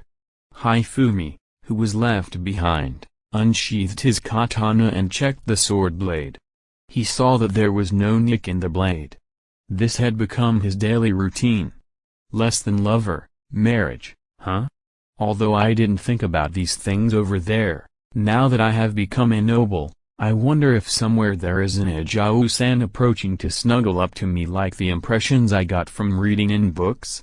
As it is an often heard story, I wonder whether my own character will get as amicable to marry Origa or some other partner? Will I be able to cease killing people? Greater than Hifumi, other than killing or being killed, me ending up changing in such way, that is scary. When I arrived in this world, I thought that I would be afraid for the first time. I certainly never expected my first dread would be about relations with women, Hifumi sneering at himself in mockery. Currently Hifumi didn't possess anything of importance to him. Be it the nation or the city, he was able to abandon them at any time. Sacrificing the populace in those circumstances as well, depending on the situation, he wouldn't have any qualm to do so. Also separating from Kasha, he only thought that the usable fellows decreased by one without having any sentimental feelings. Praju and Sabnik as well, he intended to kill them if they asked unnecessary questions or became his enemies even if they were close to him. Less than I wonder if there is a fellow who wants to become the bride of such a guy? greater than, Hifumi, or, I wonder, if becoming the wife is impossible, to become a cherished partner? Bearing a child if possible. Stop, let's just stop. It will only cause me to feel depressed. Hifumi, as it was inevitable for him to worry about various things without making a decision either, he continued to immerse himself in his work. Apparently it wasn't only Thorin who worked early, but it was something that could be said for the entire dwarven race. The dwarf slaves Hifumi had bought from Olar did their assigned work energetically from the first day after arriving in Folklore. As the exclusive development team of the territory, the leader of the dwarf slaves, Prifilus, D/N, Purfurosa separated 10 dwarves in several groups and had them work hard on the manufacturing. As 15 dwarves were purchased, the remainder was working at the construction of the city currently. The manufacturing area was an extensive workshop which was bought to be utilized. Seeing the figure of Hifumi arriving, Prifilus ran up to him. "Oh, feudal lord Sama? Prifilus, it seems the work is making progress." Hifumi, despite it only being 1 day since the work had started, there were already several products lined up at the side of the workshop. "No, not at all. Since accepting the assignment of such enjoyable work, we are doing our best. After becoming slaves, though we wondered whether we would work in the mines until death, we can now produce things that we haven't seen until now, either like this and that. We all do this in order to thank the feudal lord. Now, please confirm whether we were able to follow your instructions adequately." Prifilus, guided by Prifilus, he checked the products in turns. Producing according to Hifumi's instructions, there were ballistas and weapons resembling large bow guns. In order for those being able to shoot, simple wood lances were produced instead of arrows. So that huge quantities could be produced in a short time, rather than making arrows, the lances were quickly made by simply shaving the wood. Furthermore, there were rail cars in proportion of the size of a single standard-sized automobile. Although it was troublesome to explain the constructions, he judged it to be the maximum priority of his instructions to increase the means of transportation, as it was indispensable to invigorate the industry. The mechanism to move the upper and lower ends of the handle was simple. There was also a single rod installed to control the brakes. "Although I can understand the weapons, what do you want to do with this wagon called rail car?" "Certainly, as it is easy to move it with 2 people even if it has to carry heavy load. According to the blueprints it doesn't provide a function to make a curve." Prifilus, "I will draw up an exclusive rail. To say it accurately, we will lay out 2 poles side by side and place it on top of them. It will make the curves according to the curving of those poles." Hifumi, "I see." Prifilus, "Haven't you finished the movement test? Since I will dispatch some personnel as support, please construct 2 rails around the whole city." Hifumi handed over a drawing of the whole city. It showed the traced lines of the drawn parts of the roads. "Are there 2 of them?" Prifilus, "It's convenient to have one going around in reverse. It will be a popular way of cheap traveling. It will stimulate the movement of people and goods in the whole city." Hifumi, "How unexpected, to consider the population of the city." Prifilus, at the exaggerated agreement of Prifilus, Hifumi laughed refreshingly. "It is different. After this, I will have you make further rails having segments diverging away from this city to other places. In the direction of the national border."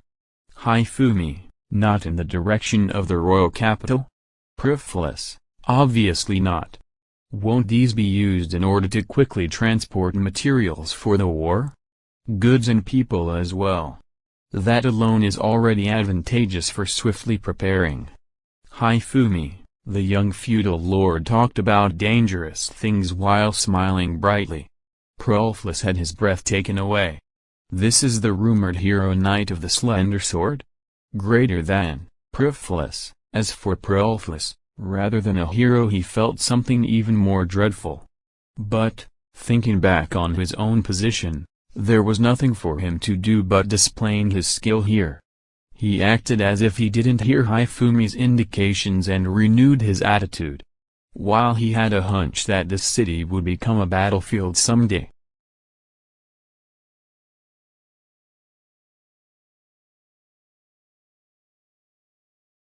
Chapter 32, Message in a Bottle.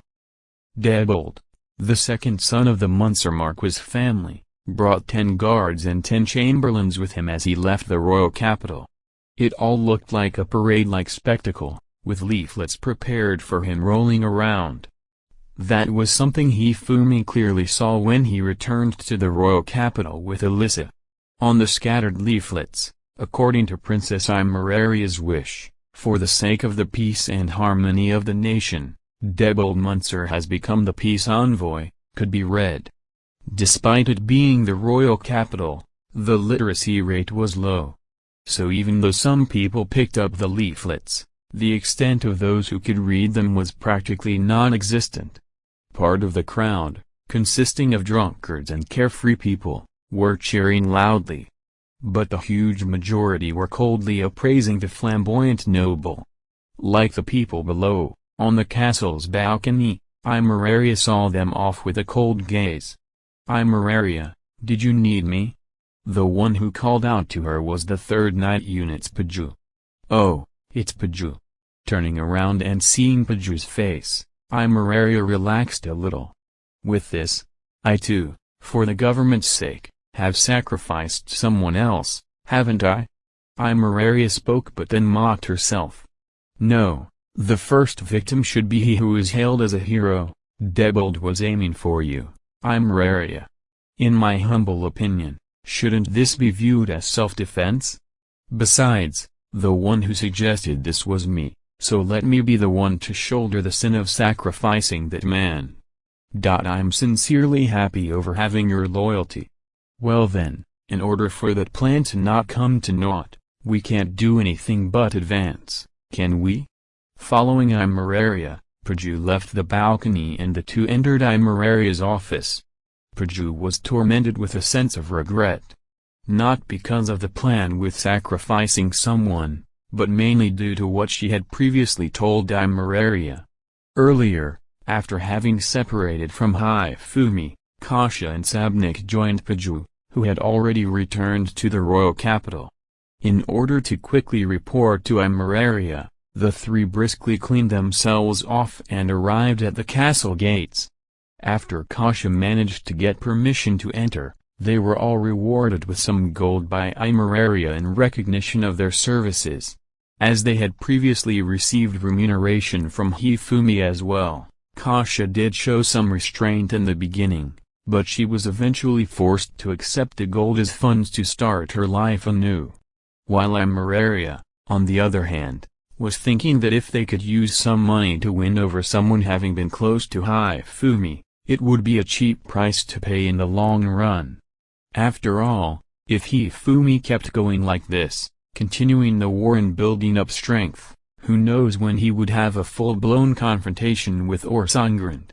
Fearing that, Imeraria wanted to hear Paju's opinion, having seen Hifumi's manner of fighting close up.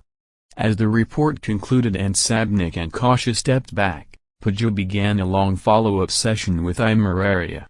"At first I didn't think Hifumi would be able to accomplish numerous amounts of military achievements as he has now.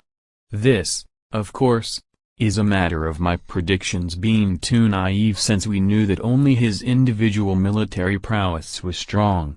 But him having experienced countless battles, it seems that we still underestimated his absurdness. Imeraria. I can say that I'm of the same opinion. The Prime Minister would also agree with us on this conclusion. No one could have expected that his love for battle would enable him to brilliantly take control of the enemy's territory with such ease. While someone may be strong individually, it doesn't mean he will survive on the battlefield. And as far as the two of them, having undergone training for nobility and knights respectively, in terms of strategy and tactics, Hifumi's an expert. Besides using methods never seen before, He also had the lowest amount of possible casualties. Those were all completely unexpected accomplishments. News of Hifumi's activities had been brought to the royal capital by merchants coming from Vichy, and had already become the topic of conversation within the capital. Everywhere you went you could hear how the Knight of the Slender Sword, with barely any casualties or losses, had overwhelmed Vichy. It was just as it was in one of those heroic tales. It was slightly exaggerated, but mostly true. Something that should have been good news for Orsongrand was conversely quite unpleasant.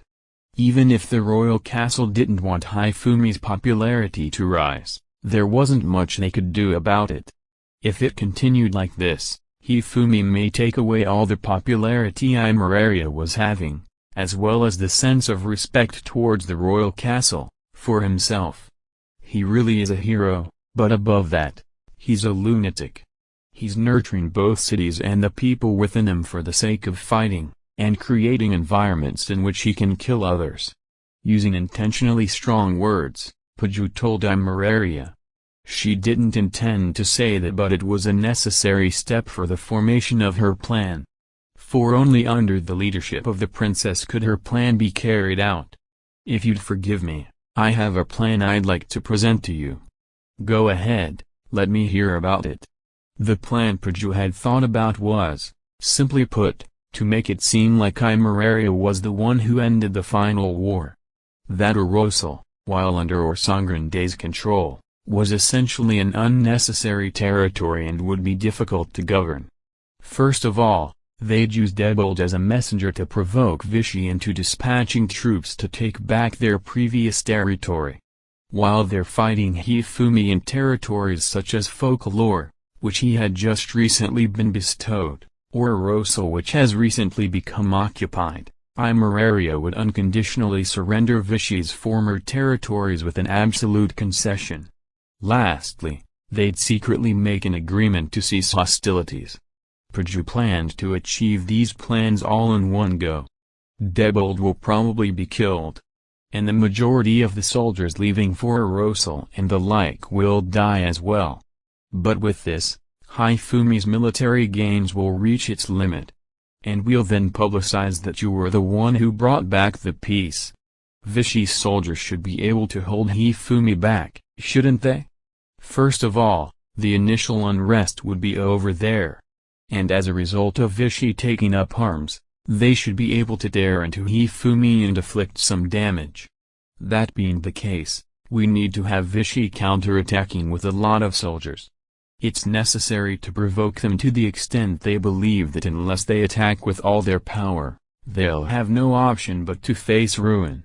For that purpose, we have the peace envoy bringing a provoking letter. Please give it some thought. Having returned for the day, Imeraria called Debold to her office the next day. Finally, his own turn has come. Catching a glance of Debold triumphantly striding over towards Imeraria, Paju saw him off with a mix of remorse and resolve.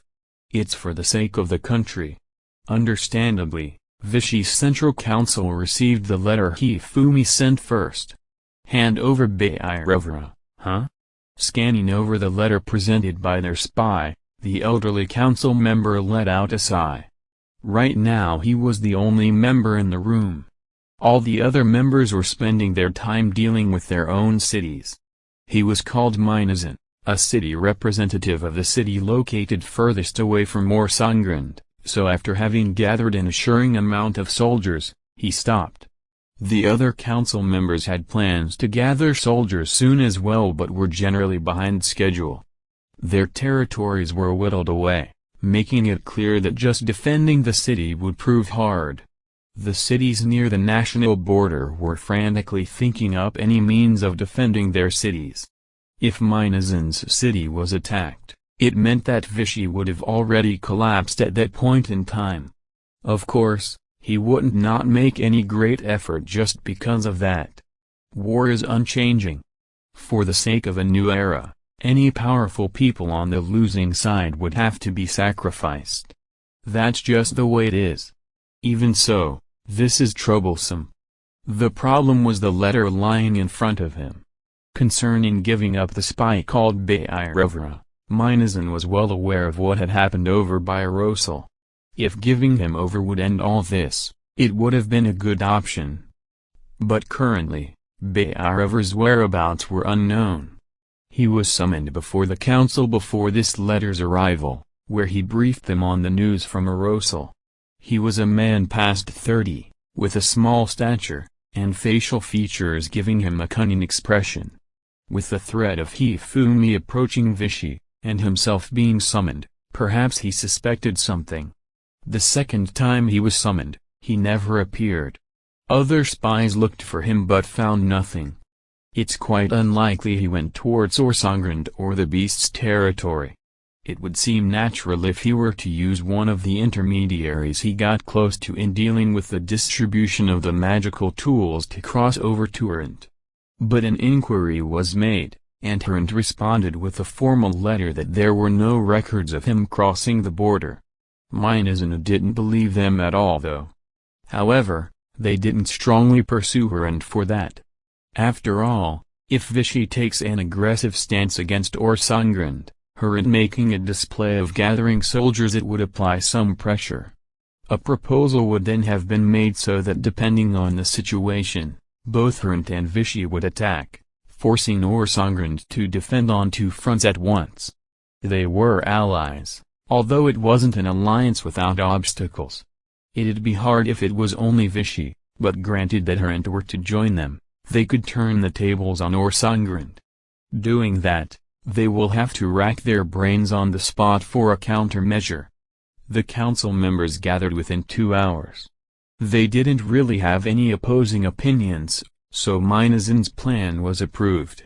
Currently, in accordance with the letter, there are no other alternatives than Vichy unconditionally becoming a vassal state of Orsangrand, or being completely absorbed. For the moment, Vichy won't respond to the demands or talks of reconciliations. They will gather the troops from all their cities and recapture some city-states. After an assured victory, they'd enter negotiations with Orsangrand. They planned to go all out. As soon as they finished rallying their forces, they would march towards Rhone English Note Mass. By the time Debold and the delegation representing Orsangrand entered Folklore, Hifumi had just instructed the dwarfs to construct a protective wall at the city entrance. When a strange gaudy carriage, followed by around 20 people, became visible, the guards and general populace got ready to welcome the incoming noble. Hifumi, however, ignored them and continued talking with the dwarfs. So, make some diamond-shaped holes in the wall, like this. Is it really okay, making a hole in the wall? With this interval, you can use bows or javelin throwing machines to attack. If the holes are too big, they're useless, so we want them to be just barely big enough to aim through them. Haha, I see. While the young dwarf was admiring Hifumi's knowledge, Debold and company entered the city. Nevertheless, the soldiers under Hifumi's leadership were thorough. Even if the traveler came from within the country, and even if they were an aristocrat, they were to be completely checked. How rude. I'm the Monsieur Marquis family's amazing Debold, a peace envoy appointed by Her Highness Princess Imeraria.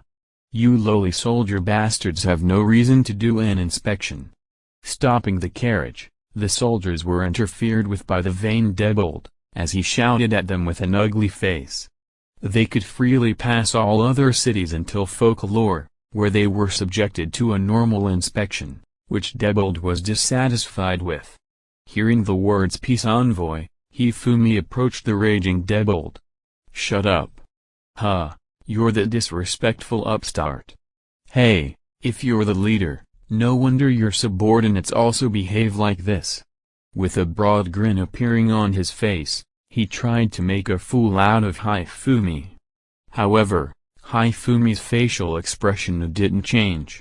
This is my city. I'm the law. We don't know what guys like you are bringing in, so we need to do a thorough search. What kind of absurd thing is that? It's for bastards like you of low birth. This doesn't concern me since I am of the Marquis's lineage, Advance. As he ordered the coachman to continue, before he noticed, a drawn blade was gleaming in front of his eyes. Having drawn closer in an instant, Hifumi's abruptly drawn katana made Debold tremble. His fear-filled eyes reflected on the blade. You bastard, what are you? I said so, didn't I? Here, I'm the law. If you don't abide by the rules, I'll dispose of you as a criminal. Debold's face flushed. In the end, he didn't resist Hifumi's pressuring and trembled in disgrace. He gave a sidelong stare at the soldier who checked the roof rack's contents on Hifumi's orders. Without hiding his fury, Debold spoke in a trembling voice. You bastard! With what you've just done to me, I hope you're prepared. On Her Highness Princess Imeraria's imperial command, I'm an envoy on my way to Vichy's central government. Hifumi didn't answer. He was given a small box with a seal on it from the soldier who found it. After carefully opening it, he found a pure white paper inside. This kind of paper was very rare in this world. It was folded and sealed with beeswax. That's Her Highness the Princess' handwritten letter. It's not something bastards like you are allowed to touch. Ignoring the screaming Debold, Hifumi took the letter in his hand and held it up against the sun. I see. The letter, sealed just as before, was quickly returned to its original place by the soldier. That's enough, go along.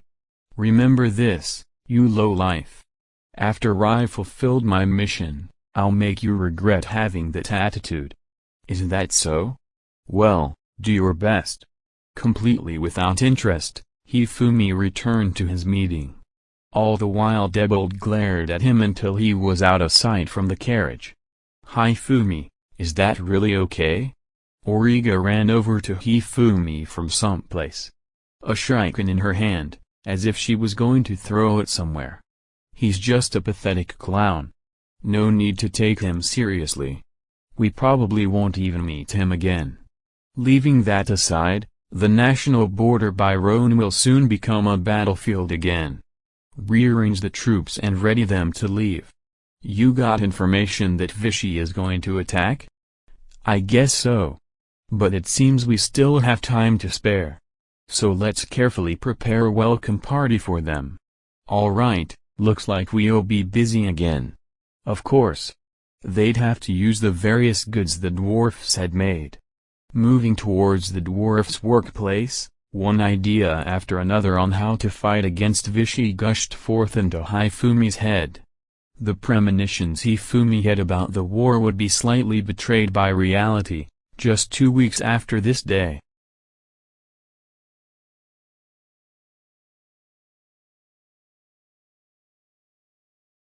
Chapter 33, Overjoyed? Returning to the capital and also after completing Imeria's proposal, there was a huge pile of work waiting for Paju without giving her the chance to take a day off. Because it was necessary to reconcile the third night unit with the other night units, many reports had to be submitted to the management department of the royal castle. The third night unit's office was next to the royal castle. It was the place where Hifumi had come previously to enjoy tea time with Paju and where the dead Gothras had picked a fight with Hifumi. Currently, besides Sabnik and Midas, Paju had assembled the unit members who more or less knew about Hifumi. I think that it is a dangerous gamble. At least Vichy hasn't managed to gather 10,000 to 20,000 soldiers. If they assemble such an amount, it will be unknown whether that man would be able to stop them. Midas listened to the Imeria's adopted plan following Paju's suggestion. After folding his arms and brooding over it for a short while, he clearly stated that it would be dangerous. Although I understand your anxiety, Midas-senpai, I believe it is a good plan. Even if the military of Folklore did such a thing like recruiting from the citizens, they won't surpass 200 either way.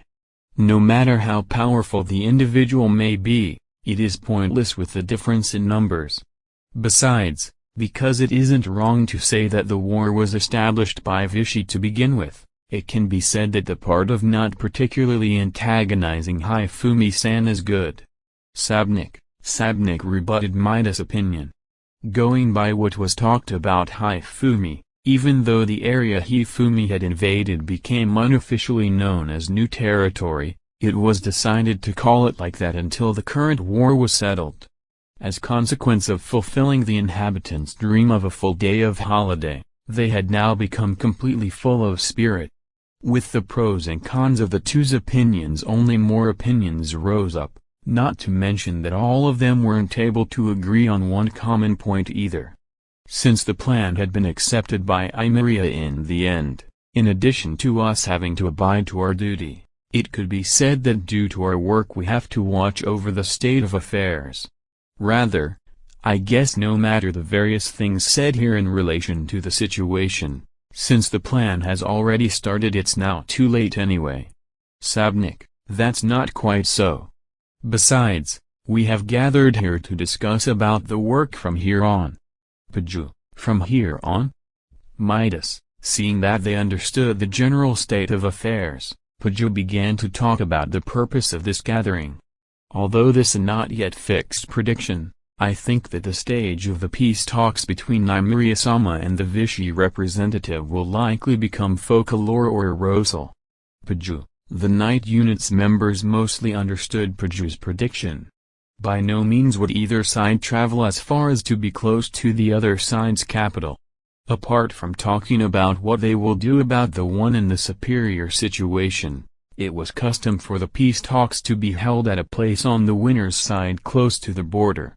In the current situation, the only difference would be whether it was the new border or the old border. Everyone could agree that it could become either one depending on the post-war circumstances. This time the Night Unit planned to accompany as guards for the peace talks isn't the first Night Unit, but us, the third Night Unit. Paju, us? Not the first or second? Yes. The first Night Unit feels like challenging Hifumi. We don't want to unnecessarily provoke him. Furthermore, they can't leave from guarding the royal castle which harbors His Highness the Prince. Something like that will likely put forth as excuse. The second Night Unit has the duty of defending the capital. Since there are also some people among the populace using the cover of guarding such conference to incite something, I think the realm would be weakened if they left. Paju, all members had the atmosphere of having understood it and were in an uproar over the excitement of preparing such a big stage. Even though they were all proud of protecting the royal capital and castle from the shadows, there were only few chances to openly partake in such a big job. Thus it couldn't be helped that they felt enthusiastic about the chance to display their competency either. But, due to the Paju's words following afterwards, everyone's excitement instantly subsided. Because royalty will join the conference held by the border, it has been decided that a war potential of several thousands will be taken along, as precaution so to say. And, depending on the circumstances, Hifumi-sen will be subjugated. Paju, nah. What kind of circumstances? Of course you are not to tell a word about this to anyone except those gathered in this place. Those are the plans of Imeria-sama. If he is in a situation of having fallen or a critical condition due to being injured after having successfully attacked Vichy, we are to pretend leading military forces from our side as reinforcements and attack him from the rear. Paju, in the room that ended up sinking into silence, Paju tasted some black tea to moisten her mouth. Only those members present here will march to that area. After everything is finished, it will be announced that he committed suicide due to being driven into a corner. Paju, don't say such absurd things. There is no way that an amount of several people will be able to kill him. Midas, only Midas had seen his appearance as he simply turned the tables on 10 assassins. Even in his imagination he couldn't see himself standing up to that in front of his eyes. Of course, if he isn't in a condition to that degree, Since the conference is held for the sake of peace according to the ostensible reason, it will come to a close with the recognition of right to own the territory close to the national border for Hifumi-san. But if the chance presents itself to somehow deal with him as intended by Imiri-sama's plan, I will also support it. Paju, although having also been helped during crisis, having participated in joint operations for several days and being nobles of the same country, Imiri and Paju, rather than seeing him as companion, they regarded Hifumi as dangerous. Such a Sabnik. If that's Imiri-sama's wish, then I will obey to it. As for myself, I can only pray that the result will be him settling down in the Viscount territory. Midas. Sabnik became speechless due to his considerable feeling of fascination towards Hifumi. Whereas Midas chose to indifferently accept matters. But, how will you know in what kind of situation he is? We will end up being sensed before we can approach a visible distance, don't you agree? Midas, as for that, there is a person I thought of asking for cooperation. If it's her, I don't expect any problems for her being close to Hifumi-san. Paju, that is. Sabnik, as if he suddenly understood who that person was, Sabnik looked at Paju with eyes of disbelief. Because I am quite aware of something like this being called an act going against humanity, don't look at me with such eyes. But, there was no other plan I could think of either. Paju. No one was able to agree or disagree with Paju in this situation. The meeting of the third night unit ended. After Hifumi and the troops arrived at the new border close to Roan, 10 days had passed. During that time large parts of the city Roan had been restructured, leaving only the lodging for the soldiers and the fortress at the newly established border. With the inhabitants annihilated and since the buildings were almost completely undamaged, there were heaps of materials to construct something. As several dwarves were brought along and with the engineering soldiers, there were plenty of hands available. There was no way that he wouldn't make use of that. Disregarding the border guards dispatched by the capital with a look of suspicion, Hifumi instructed to make changes all over. No matter how many houses they dismantled, the dwarves and soldiers continued to produce one thing after the other every day even though they didn't quite understand the unclear explanations. This daily life came to an end on the 11th day. Worn out and sullied Debold came to take refuge in Roan, making sure to cling to his horse. As he was sheltered by the border guard, immediately a report came into the person with the highest rank in town. Hifumi. Ooh, you made it back, huh? Hifumi, was my prediction off at the time I saw him off? While laughing he clapped the shoulders of the soldier who came to report. If I remember correctly, wasn't Debold dispatched to prepare the peace talks? Peace? As the Central Committee of Vichy has no attachment to their fragmented country either, it may be possible to advance the peace talks. Hifumi, at the time he held up the handwritten letter Debold possessed against the sun, Hifumi managed to steal a peek at a part of the contents. He understood that the contents in this situation could be still judged as lukewarm even though one might call them a provocation towards Vichy.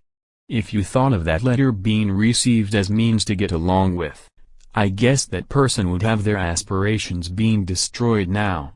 Hifumi, accompanied by Auriga, who wore a face full of questions, Hifumi conveyed to Alyssa to start deploying the soldiers for a quasi-war. The soldier who came to report departed the room at a quick pace. In a building, which was formerly a private house being confiscated to be utilized as office, Debold received medical treatment. Although one might say that, other than him being fatigued, there was no injury standing out. Given that he raised hell over the degree of a trifling scratch, a fake medical treatment was done to the extent of simply coiling bandages. Debold, whose arms were coiled in bandages, rested on top of a bed. He flared up as soon as he saw the face of Hifumi entering the room. It's your fault. Because of you I had to suffer like that. Debold, Returning Debold to the bed after having grabbed him and kicking him in the belly, Hifumi said in a calm voice. Concisely report from the start to the end. Since we have to deal with the situation on this side as well. What happened in Vichy? What about the guards that accompanied you? Hifumi, Gu, Debold. Reluctantly Debold began to talk. Apparently the guards had been completely annihilated. Debold boldly entered the city of Pinaru, where the Central Committee of Vichy assembled, as messenger.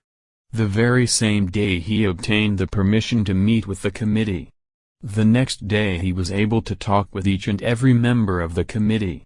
He passed the handwritten letter to a member of the committee.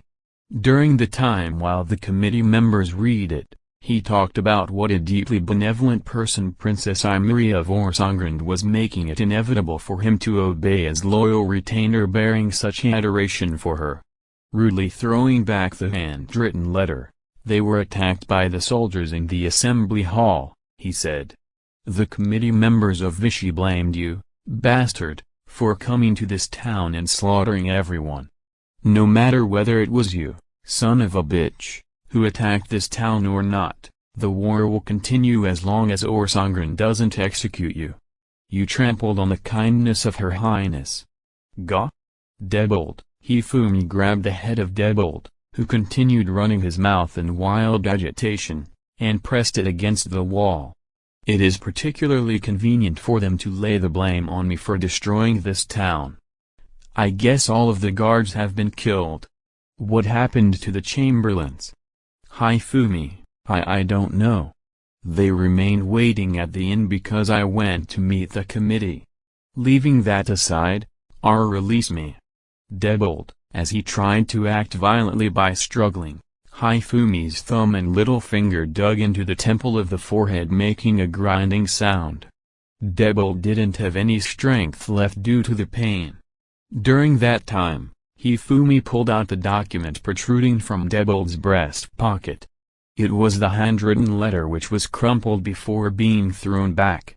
Quickly opening it with one hand and checking it, it contained Imeria's signature without a doubt. Looking through the content, it matched with what he had seen when he held it against the sun. This may have usable value from now on. I will keep it. Hifumi, bastard. This was entrusted to me by Her Highness. Debold, your role has come to an end. Since I will play with the guys you lured in from Vichy from now on, an actor who has finished his turn has to promptly leave the stage. Hifumi, while saying this, Hifumi steadily raised the strength he put into his hand. His fingers already broke the temple and sank in. Never. Street, stop it. Don't, please. Sto. Guji. Debold, releasing a wet sound of gushu. Debold sank into eternal silence. Origa. The enemy will be here soon. Go to Alyssa's place and tell her to begin the military operations and to take their stations. Hifumi, Roger. Origa, who watched Debold's manner of death calmly, left the room quickly. At the time Hifumi turned his back on the room and left, the soldiers of the border security had already been instructed by Hifumi's soldiers to take refuge in the fortress. Well then, Imeria. It appears that during the time I was in Vichy, Lady Luck has visited that fool. Did my calculations go amiss? Or did you foresee until here? At least, the handwritten letter being here must have been unexpected, I guess. Hifumi. While storing the handwritten letter in his breast pocket, Hifumi laughed. The Vichy soldiers chasing after Debold reached a number of 300.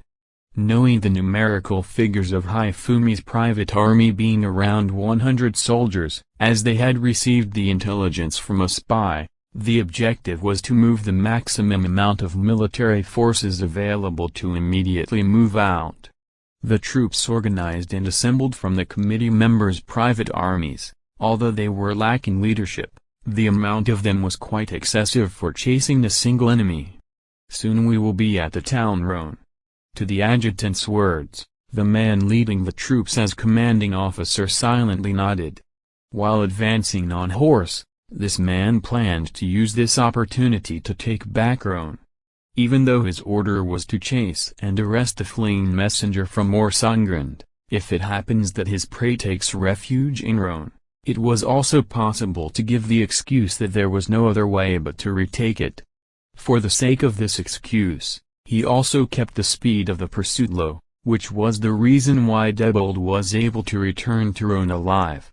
Though the town has come into view, there don't seem to be any guards on watch. It's the place they insist on being their national border. I guess they will come out from the other side of the gate. Everyone, draw your swords in preparation for combat. We will slaughter the enemies coming out of the gate in one go. While listening to the shouts of the soldiers agreeing to his instructions, his expectations got big as he imagined the possibility of him becoming the feudal lord of some city-state if he were to successfully recapture Rhone here. Those expectations pushed the man's back. The 300 soldiers formed a line and the first of the vanguard rushed into Rhone. When about half of them started running, just as the commanding officer decided to advance on his horse, screams began to arise from the leading group. "What is it?" A messenger ran up from the front. Because of a rope being stretched across the pathway, several soldiers were tripped up and tread on by those following them, resulting in casualties. What foolishness! Don't they watch what's below their feet? Tell them to drop the speed of invasion. While raising his voice in anger, the commanding officer thought that it was good that he stayed behind the vanguard. Falling from the horse to get buried beneath the horse's feet, letting alone the disgrace, he would receive serious injuries and in worst case it wouldn't be unlikely to be killed.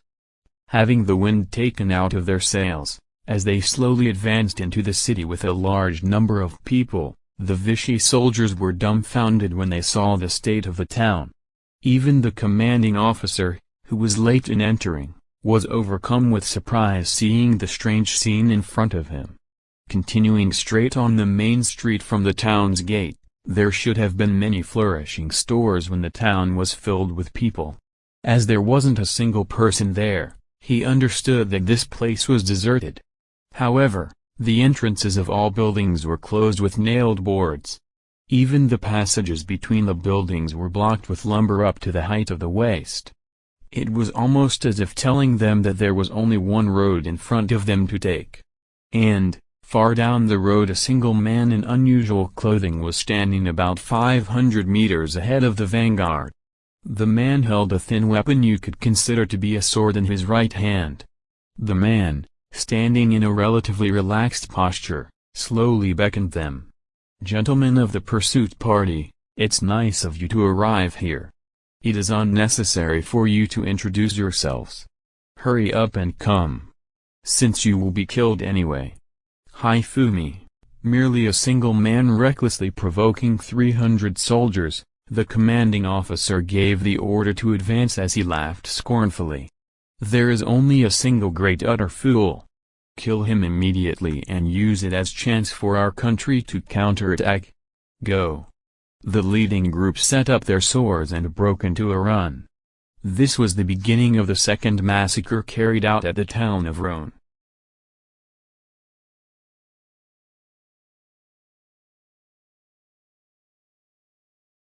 Chapter 34, Highway Star. Stoic stood Hifumi, awaiting the Vichy soldiers in his hakama and gi. The byroads were blocked off, but he stood on the main, a road 8 meters in width where a group could easily surround a man. Yet Hifumi stood in the middle of it. He expressed no caution, his eyes simply reflected the scene before him. And he felt happiness. Behold how many enemies have come. How many he could slay. This scene, this happiness, surely he could never have felt it were he still in Japan. As the smile rose on his face, a katana rose in his hands, and with speed of lightning striking from the heavens, with the gentleness of a leaf carried by the wind, the katana was swung down. Huh? The enthusiastic vanguard blinked, unsure of what had happened, but by the time he blinked again he had already drowned in blood. for his face had split open. Again and again the sound of wind being cut was followed by shrieks. A step into his range, and the katana tip would reap your life. Cut the throat. Pierce the eye. Slice open an artery where the armor was weak. Not once did the katana strike bone or armor. As mechanically as if doing work, as beautifully as if an artist, he repeatedly carved their bodies from every angle. Surround him. Encircle and slay him. Their captain barked out orders, and as if snapping out of a trance, the soldiers attacked Hifumi from both sides and the rear. And yet no one managed to wound him. A sword only cut air round him, a mace merely struck earth. How can he evade it? Pierce the beast, damn it. I don't want to die. The blood is not stopping. Hifumi was quite surrounded, some desperately rushing to be killed, others already a corpse, and yet others soon to become a corpse. The road was dyed red, and to a friend it may even have looked beautiful. Fire the arrows, huh? I'm telling you to shoot the monster. The captain angrily responded to his adjutant, who could not comprehend such a bizarre order. But, we will hit our own if we fire now. I don't care. If we don't bring it down, even more will die. Understood, curtly replying, the adjutant offered a prayer and ordered the bowmen to fire. The arrows, much to the pride of their bowmen, flew tightly together. Without waiting for the result, the captain began issuing orders to the remaining soldiers. They were to dismantle the structures blocking the roads and attack the enemy from behind. He had thus sent 100 men on this quest. No matter how strong he may be, no one can fight this many men. Ordering another volley of arrows, the captain was sure of his victory. A rain of arrows entered Hifumi's view. Too few. They won't hit. Taking but a single step away, arrows landed around Hifumi.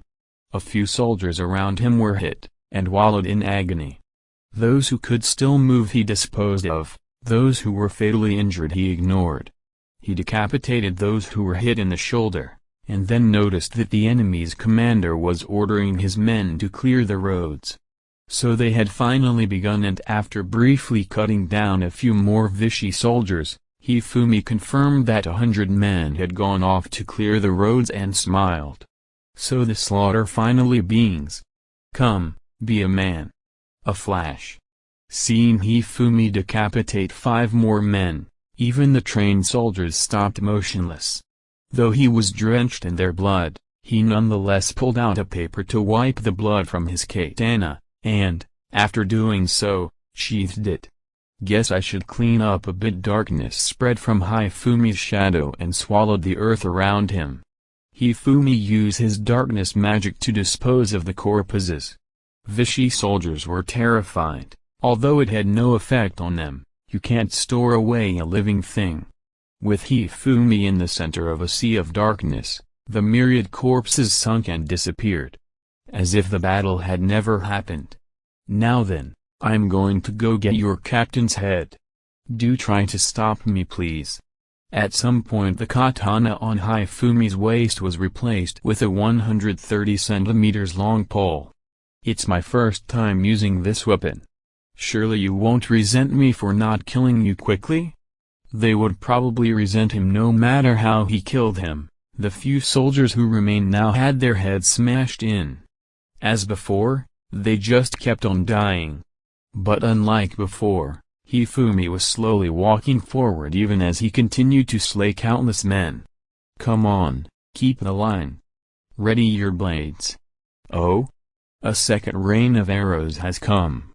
Hifumi twisted the end of the pole, and a chain dangled out from within it. With all their men firing in unison, there far more arrows this time.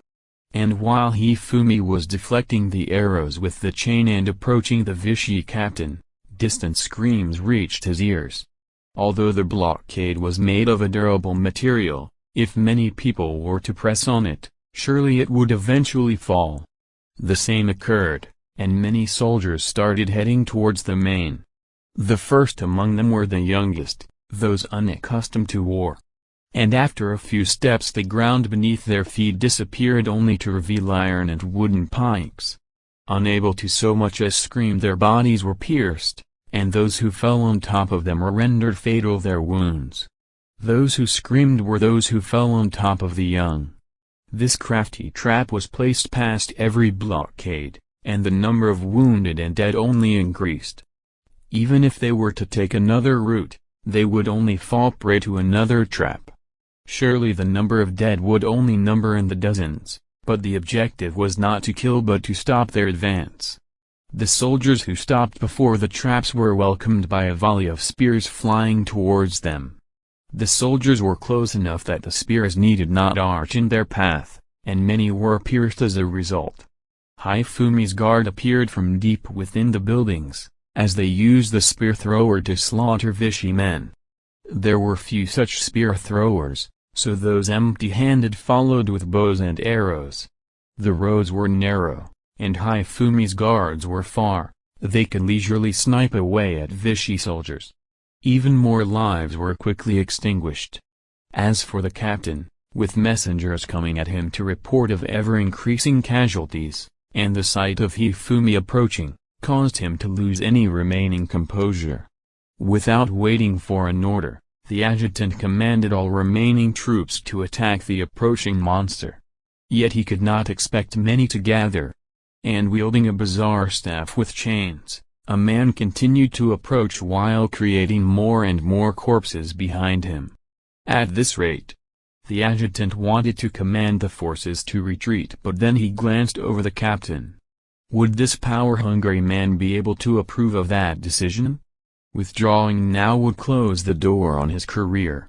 But otherwise all would die. Should he withdraw troops even if it means being court-martialed? The adjutant hesitated. The weapon Hifumi wielded is a traditional Japanese martial arts weapon from the staff family, the chiguriki, promise tree. Normally it is made of wood, but it had to be made of metal so as to withstand Hifumi's strength. With its length coming up to his chest, this weapon, which is also sometimes called the chiguriki, chest-cutting tree, has a chain attached to the end of it and a weight attached to the chain. It is like a Japanese chain flail.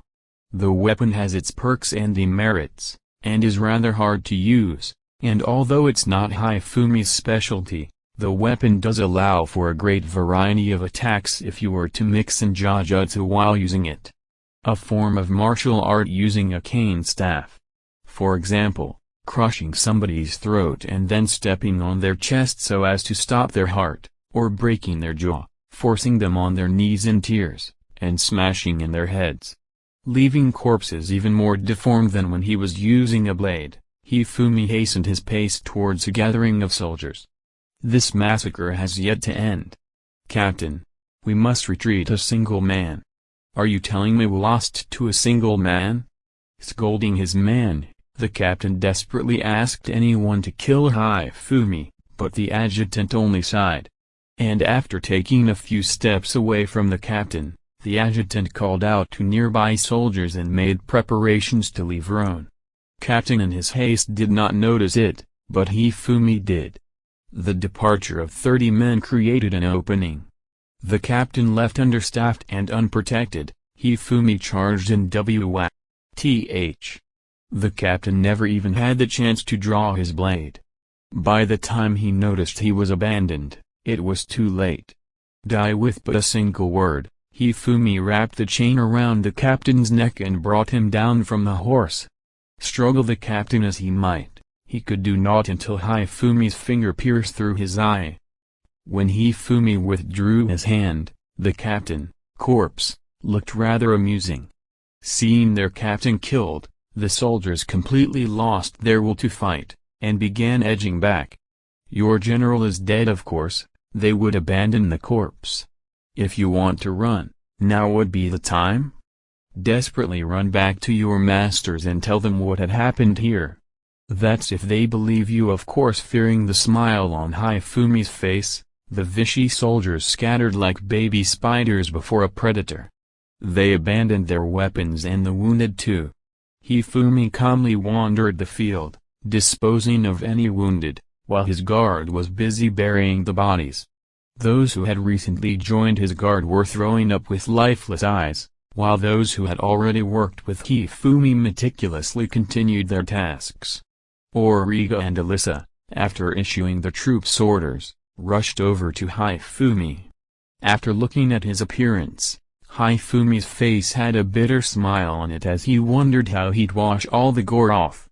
He continued to take deep breaths even as he put away the Chiguriki into his dark storage. The blood-stained main road soon welcomed a bloody sunset. With less than 100 men, Hifumi's guards utterly crushed a force many times larger. In but 3 days such rumors reached the capital, and the bars were filled with songs of praise for the Knight of the Slender Sword. Having witnessed these revelries in the guild, Kasha, who came there to get her quest reward, wandered into the moonlit street. She left of her own free will. As an adventurer her life made an about turn and she was rather well off. She also sick of killing people, was satisfied with her life as a free woman, dined in fancy and expensive restaurants, and even went out to buy herself a new weapon. Even so, she occasionally missed Origa. To her surprise, she rarely thought of Hifumi, but when she did, she would remember his face when he ordered a man to die for her revenge. When she returned to her room, she turned on the magic tool Hifumi gave her. Within the four corners of her small inn-room, she collapsed on the bed, feelings of loneliness overcoming her. "It's not like I'm in love or anything." That line only increased her despair. Perhaps she was mistaken. Perhaps she should have stayed with Hifumi and Origa. Or, perhaps she should have forced Origa to come with her, even if by force. As many thoughts and regrets filled her mind, she heard someone knock on the door. "Who is it?" She grabbed a sword and asked. In response, she heard a familiar feminine voice. "It's Pajo. There's something we need to discuss. Why are you here?" In response to being let in, Pajo flashed an elegant smile. "It's not that hard to find where you live. I am a knight in charge of protecting this city, after all. How impressive. Now then, what do you need from me?" As there were no chairs, they sat on the bed and spoke without looking each other in the eyes. "There's a request for you coming from the crown." "The crown? What could the crown from a simple adventurer? Wouldn't it be better to make a request of the guild?" she asked, but Pajo only smiled. "This is something only you can do without any reservation." Pajo made a single request of her. "Could you monitor Hifumi-san for us?" Kasha was silent, and merely blankly stared at Pajo. The smile on her face has long turned serious, and cold, gold eyes stared straight at Kasha.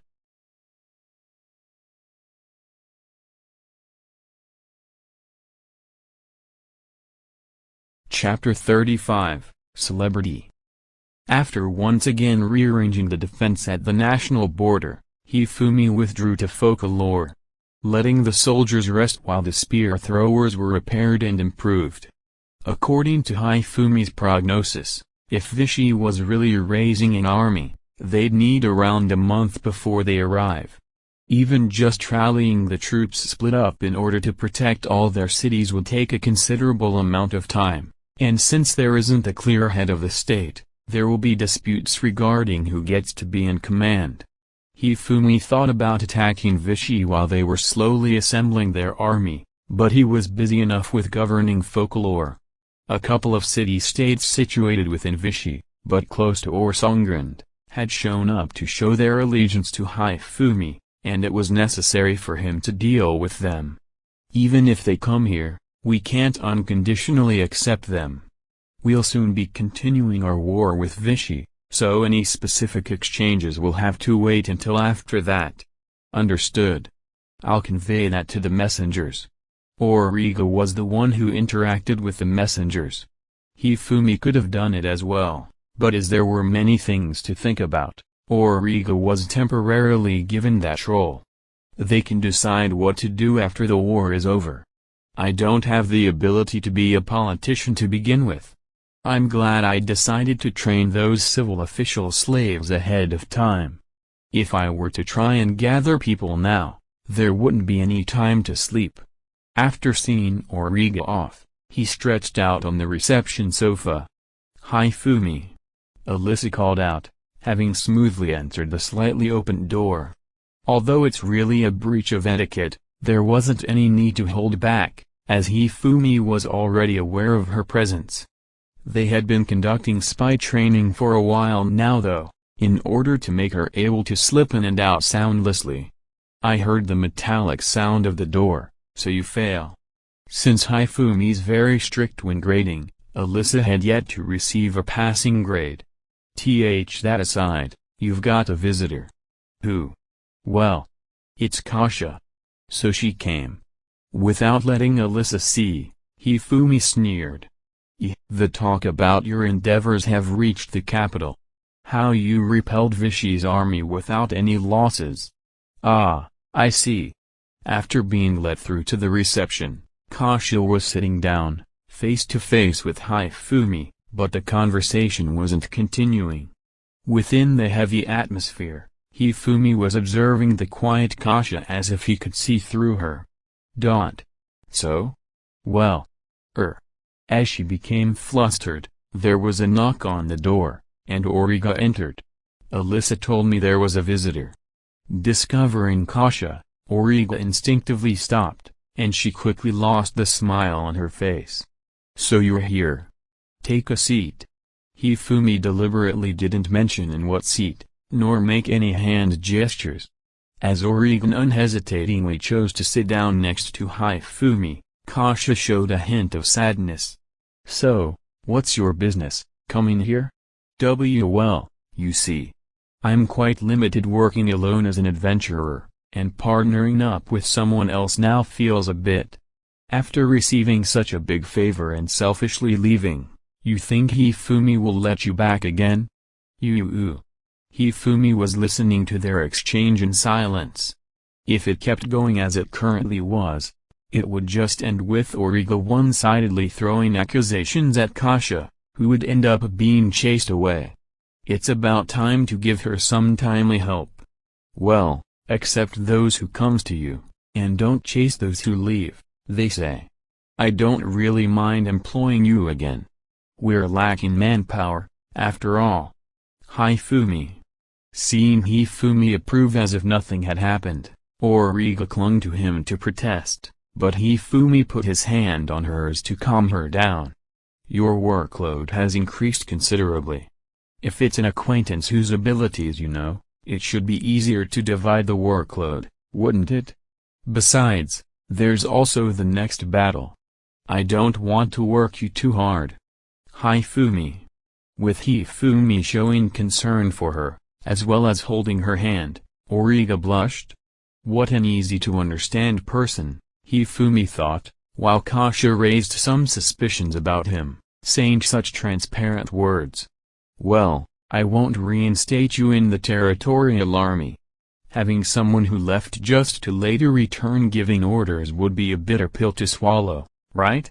Even if it's like this, we've got to take things like the morale into consideration," Hifumi said with a smile. "For the moment, I'll have you be my guard and secretary, so please give me a hand. A room in this mansion will be prepared for you." Thank you. I'll do my best, so please take care of me." "Right. There is plenty of work to be done, so work hard." Calling the maid, Hifumi ordered her to show Kasha her room, before leaving the room with Origa. It's important to meet the other side's expectations to some extent, at least. Although Origa didn't understand what Hifumi meant, she did understand that his actions were backed up with confidence in something, so she didn't say anything else. The news about the annihilation of the pursuit unit from Vichy was quickly relayed to the Central Committee from the city accepting one of the fleeing soldiers. Hearing the news, the committee members who gathered in order to deal with the situation stayed calm. From the news they've collected about Hifumi, it wasn't a mystery about that they were repelled as the pursuing soldiers only numbered 300. They were, however, dissatisfied with the loss of soldiers due to them fooling around. It was a miscalculation by the appointed commanding officer. But it's pointless to place the blame on a dead man. But we now know what weapons they're using, so isn't it fine thinking of this as reconnaissance for the upcoming all-out recapture operation? After all, it's just some troops gathered from small cities. They're able to pursue, but aren't good enough to have serve a purpose on a real battlefield. Even before Debold came as an envoy, Vichy had decided to resist with force, so everyone calmly accepted that they were going to fight. At any rate, that new Viscount Hifumi, was it? That man is dangerous. If you look at it from the other side, if that Hifumi dies, won't we stop poor Sangren? But, the letter was signed by Princess Imeraria, was it not? Amongst them, there were a couple who had seen Princess Imeraria in the past. She had given them the impression of a girl unrelated to politics, and kind towards the populace. But these chains of events in Orsangren have been sending mixed signals. They didn't know whether it was because she thought of something after the king's death, or because Hifumi was discovered, but she disregarded the prince who was supposed to inherit the throne, proactively moving the country herself. Either way, like the old man said, if we can stop Hifumi, we can end this without some arbitrary reconciliation. As the goal is to exceed a certain amount of military gains, we need to plan when to request a dialogue. So, about how many soldiers are we going to send? In response to that question, the Chamberlain who was taking notes distributed a document to all the members. 15,000, huh? The Orsangren soldiers we need to stop from going from Rhone to Arosel would be the Viscount's territorial soldiers and the border security, around 200 in total. Isn't this excessive? 100 of them crushed our 300 soldiers just about uninjured. We need to leave personnel in the recaptured cities too, so I wouldn't say it's excessive. It's better to have some flexibility, but aren't we just throwing money away? Saying that, doubts started appearing in the elderly committee member's head. What's Orsangren's goal with attacking Vichy? To expand their territories? Their official reason is retribution, but it's too severe to just be a matter of honor. By no means could he even imagine that it was because of an irrecoverable rift existing between Imeraria and Hifumi. No matter how much we rush it, the gathering of the troops will take around 3 weeks. After that, we need to organize them in units, so we need around a month before the recapture operation can be started. Until then, materials needs to be gathered. How annoying. In front of the biggest gathering of troops since the founding of Vichy, the committee was in an uplifted mood. In the place they were normally noisily scrambling for profits, cursing each other, their wishes for victory above profit was ironically what brought them together. Until now, the committee's discussions have never proceeded smoothly, so they were having a strange sense of satisfaction. Well then, all that's left is to place our hopes in our soldiers. Everyone nodded, and the meeting was finished. The room Kasia was shown was on the same level as those Origa and Alyssa were living in. The room was equipped with a splendid bed, and a low desk. The size of the room was at least 3 times bigger than the room she was living in at the inn in the royal capital. Somehow, it's like we're living in different worlds. Sitting down on the bed and mumbling that, the maid who showed her to the room gave her a tour of the mansion, as per Hifumi's instructions. Having received a complete restructure, the first floor had a couple of conference rooms and offices, and in order to make the passage through the entrance easier, making more space, it received an expansion. Inside was now a front desk, with 5 staff members working side by side. It looks like at a guild, when they work side by side like that, but what are they doing? According to Hifumi's instructions, we're registering all the citizens and we're making it obligatory to report births, deaths, and marriages. The reception desk is there to deal with that. The maid smoothly responded in a flat voice, but you could hear her respect for Hifumi from her way of talking. Isn't it difficult to do all of that? If they report that someone was born, or married, we give them some congratulatory money, and in case of death, they receive some monetary condolences. In the beginning, everyone were skeptical about it, but after generously selling off the mansion's artwork, and the staff members becoming better at receiving them, I heard that most of the citizens are receiving it favorably. I see. For those who didn't understand what use all this had, the staff members were explaining with a smile on their faces. For the old woman who came to report a relative's death, a staff member was expressing their condolences with a smile, while shedding tears. Kasia couldn't see it, but behind the counter were the desks of Kame, Barakla, and Peru, checking that they worked hard. Because of that, even if they were clumsy, the staff members did their best.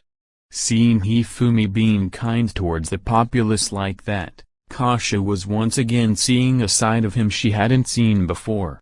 But isn't this just a camouflage of some sorts? She shifted her attention towards her doubts filled with some expectation. If Hifumi wasn't a bad person, Kasia wouldn't be able to make herself do it. Well then, I'll introduce the second floor next. After being shown the offices and storage spaces, and led back to her room, Kasia threw herself on the bed.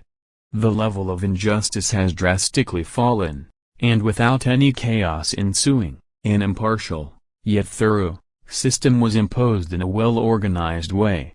Even Kasia understood all of that. Although that's how it looks, Hifumi might have some terrifying goal in mind, but after speaking to him face to face just now, Kasia couldn't find anything to criticize him for.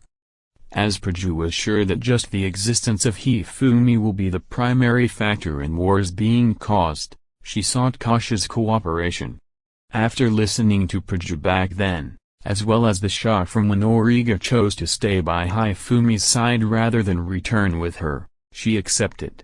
But in reality, she thought that the governing Hifumi was doing was good. Shaking her head, she dispelled the doubts arising. Unless Hifumi does something unreasonable, it won't become my turn. If I think of too many unnecessary things and am driven out, it will all have come to nothing. I should also talk with Origa, trying to reconcile with her. Besides, she had to start working by Hifumi's side tomorrow. Getting a better than expected opportunity to observe Hifumi was a stroke of luck. Now, what remains is to work hard in order to not be suspected. Trying to quickly get rid of the fatigue from traveling, Kasia slept until she was called for dinner. The slums? Yeah. The creation of the family register is mostly completed, but there's a problem with the public order in the slums, so it's difficult for the civil officials to enter. Origa explained the information she got from Peru, the civil official slave in charge of the family register, to Hifumi as he sat by his desk. She didn't as much as glance on Kasia who stood next to him. Kasia had tried to get in contact with Origa a few times already, but she was brusquely warded off. So there's an area like that. As long as the city is of a certain size, there will be a slum. Even the royal capital has it. The political system, aside from not having created a family register, had plenty of people who were forced out from the sphere of a daily normal life due to crime and poverty. Especially in this world where if you leave the city and stray a little off the highway, the possibility of being attacked by a monster skyrocket. Slaves and penniless people run away from things like crime, entering the underworld, which in itself, would employ its inhabitants. Every day, people are dying, but the same amount of new people are streaming in. There are many wannabe adventurers, so there will be people undertaking shady jobs the guild won't accept. Like the hidden serpent guys you crushed in the royal capital. Those kind of people mostly come from the slums. According to the information collected from people throughout the city, it seems there is a group managing the slums. We don't know what their numbers are, but they are involved in things like abductions and robberies. For now, it seems they were laying low in order to get a grasp on the new lord's attitude. There had been patrols of a couple of soldiers before, but when the inhabitants of the slum saw the soldiers, they went inside their rows of shacks, and didn't come out, apparently. They didn't know how big of a population there was there, but if the slums were left alone, wouldn't they once again emerge in the city and commit crimes? If I receive your permission, I'll go settle that problem. Isn't that a little danger? Origa's gaze caused Kasha to turn quiet. Origa, get along a little with Kasha. I might entrust you with work where you need to work together. As for cleaning up the slums, I'll be doing it. I can't be causing trouble to Origa. Calling her name, interrupting Origa, Hifumi looked straight at her and smiled. This is my job, and it's something I want to do. Understood. Standing up, Hifumi strapped his katana to his waist, and put on a mantle on top of his usual clothes.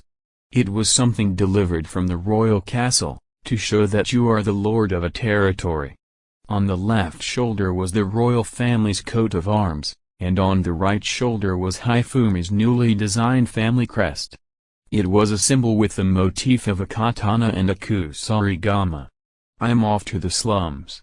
I'll entrust it to you two afterwards. Seeing off Kasha, and the bowing Origa, Hifumi left the office with a wave of the mantle. While revising the system to quickly put the territory in order in his head, he then thought about the likely coming counterattack from Vichy. If Hifumi's estimations were correct, they just had one short month. I must begin doing the preparations in earnest. As Hifumi was carefully preparing, he felt the same kind of excitement as from the fight in Rhone. This time, is it 10,000? 20,000? At the very least, he wouldn't be bored. Moreover, under the influence of Paju, Imeraria's troops might be joining too. That would be good, so let's give it a go. Hifumi smiled as he walked with light steps, like a beautiful girl who couldn't calm down before a date. The staff members on the first floor who saw Hifumi walk out, pleasantly thought that him being in a good mood was something nice.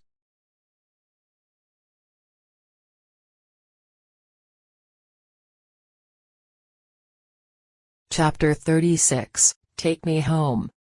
While advancing through the city, he firmly affixed the katana to his waist. From his breast pocket he took out a small blade, while spinning it around in a rotating motion on top of his hand. He leaves the residential area. In order to leave the residential area he passed the buildings of the shopping area, arriving at the workshop factory area where the craftsmen were gathered. Likewise the dwarves, which Hifumi had summoned, were producing the items Hifumi had requested in the arranged workshops in this area. They worked hard to build the devices aiming to defend the entire city. Taking the opportunity of going to the slums, he decided to take a peek at the workshops. With Prefless in the center, they were producing spear throwers, rail cars and the rails used by the rail cars. Those items finished completely were lined up in a row in the corner of the workshop. Hifumi entered the workshop while lightly raising his hand in greeting.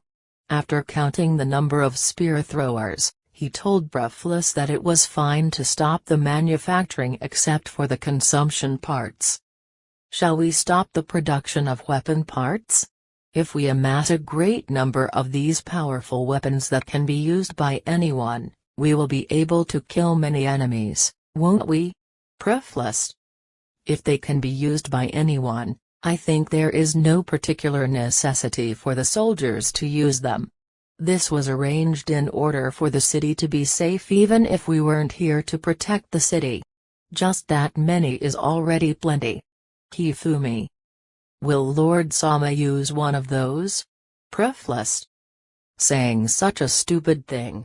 If possible, I want to kill them with my own hands, otherwise there is no point in fighting, don't you agree?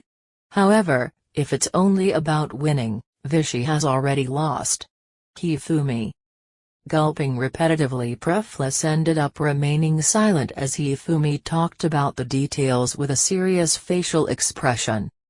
Although it was said by everyone that wars were desired by the kings and the nobles for the sake of expanding their territories, it was the first time that there was a lunatic starting a war in order to kill people.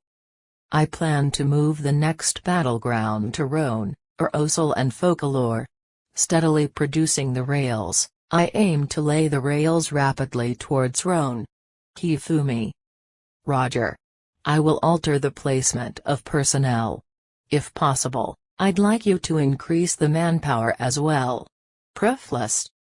If that's the case, please say that to Auriga and the civil official slaves. They shall send some people from their staff. Well then, I am off to do some cleaning. Hifumi. Cleaning? Prefless. As the feudal lord, I have to endeavor in making the life in the city comfortable. Hifumi. Ha, Prefless. Prefless saw Hifumi off without quite understanding what he meant. Organizing the things said just now within his head and thinking about the placement of personnel, he realized something. Ossel after Rhone, Folklore was it? What kind of situation causes him to push his plans this rapidly? Does feudal Lord Sama consider losing the current war? Prefless. Is Folklore the final defense line that will stall the enemy with spear throwers waiting for reinforcements? Since he didn't comprehend even if he thought about it, and there was no other choice but to rely on his talent in producing things anyway, he decided to start the production of the requested rails. With passing through the workshop area, there were disposal areas with a lot of thrown-away trash. Most of the remains were clothes and wood. As it seems that metal was valuable, it couldn't be found there. Among those you could likewise see the bones of animals and some human bones thought to be clothes. As that place gave off a stench, no one approached it except for the workers and servants from some place to throw away trash occasionally. Between the mountains of garbage a narrow pathway ran through, coming out next to the slums. I guess the smell will stick to the ghee. When I get back I will have to thoroughly wash it. Hifumi. Hifumi fervently believed it to be indispensable drying the ghee in the shade after hand-washing it in lukewarm water. Even as he became the feudal lord, he still washed the clothes himself. Although there also was the situation of Auriga gently telling him to leave it to the maids, this was something he didn't yield on. Even the gauntlet produced by Thorn, he thought it to be considerably exhausting to maintenance it. While carefreely walking, Hifumi knew through his senses of the two people concealing themselves ahead of the path. Moreover, those two people ahead stood up. Although I guess it is fine to decide on a pincer attack, but hiding themselves within the trash? Greater than, Hifumi. Hifumi drew the katana, heaving a sigh. Going towards the presence of the two hidden in the trash, he stabbed them one by one. There was a feedback. I think it was instant death for both of them as they didn't even leak a voice. After pulling out the katana, it was covered with a red liquid. What have you done? Two people ran up from further down the path, seeing Hifumi's sudden action. Frantically pushing the mountain of trash aside, the two were surprised to find the limp corpses. Despite doing nothing, they were stabbed without warning. I guess both, the ones having run up here and those having died, are in the latter half of their teens, huh? It seems one of the dead was a woman. Even as he is showered in accusing gazes, Hifumi isn't concerned in the least. They tried to do something. Don't play the victims if you get counterattacked. Hifumi. What was that? Although they only plan to threaten you a bit, I will kill you? Baka, Hifumi. The youth, who flared up at Hifumi in rage, died having his heart pierced. If you threaten with words saying you will kill someone, be prepared to the extent of resolving the situation with force. It is only ridiculous if a person soon to die says such things. Hifumi. As he was preaching facing the corpses, Hifumi turned his gaze towards the sole survivor. He was unable to stand, trembling in fear. This easily. Young man. I have trained desperately to be able to kill this easily. Leaving that aside, I want you to tell me. How many people live in the slums ahead from here? Hifumi. I don't know. Because there are as many entering as there are those dying before anyone knows. Young man. Using a shrill and nervous voice, it seems he also became incontinent. Well then, is there a guy similar to a boss who brings the slum together? Hifumi. To Torquemada-san, translator note, Torquemada you mean? If it's that guy, his stronghold is in the church ruins. I beg you, don't key. Young man. Without listening to the end, Hifumi decapitates the young man. The church ruins, huh? Hifumi. Exiting the trash mountains, a city with worn-out, decaying houses lined up came into view. Although almost all of them were miserable shacks having their roofs collapsed or completely missing, judging by the presences, it seemed as if a limited amount of people was living there. Additionally, there were hardly any people walking outside. While feeling the vigilant looks, a building with a different structure became apparent as he nonchalantly walked to the little rest of the path ahead. It was weathered with its triangular interior and the roof which was spherically cut like an object of art. Is this the church by any chance? Which reminds me, I haven't heard about something like the religion of this world. I will try to ask Origa next time, huh? Hifumi. As usual, Hifumi relied on Origa for the knowledge concerning this world, but since Origa will likely be delighted about the question, I guess it is fine, he thought. Approaching the building appearing to be the church, a group of 10-odd men came out surrounding Hifumi.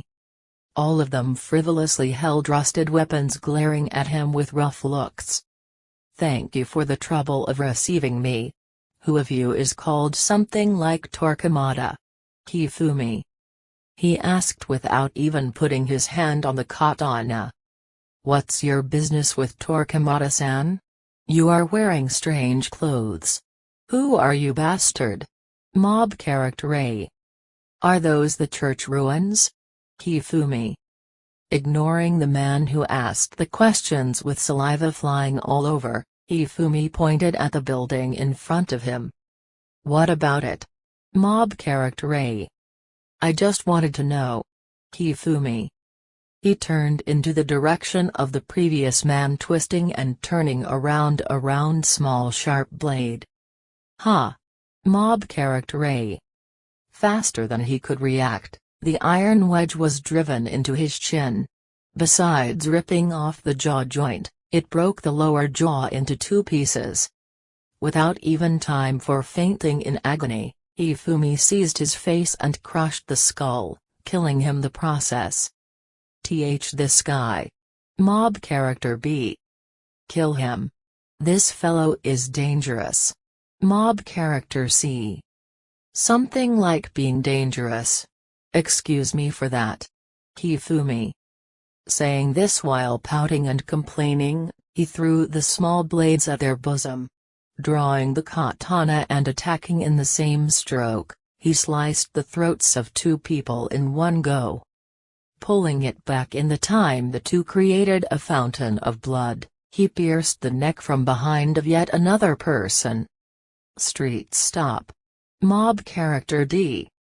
Kicking the feet of a man throwing down his weapon and trying to flee, he tread on the face around the part of the eyes and broke the skull of the man having fallen down on the spot.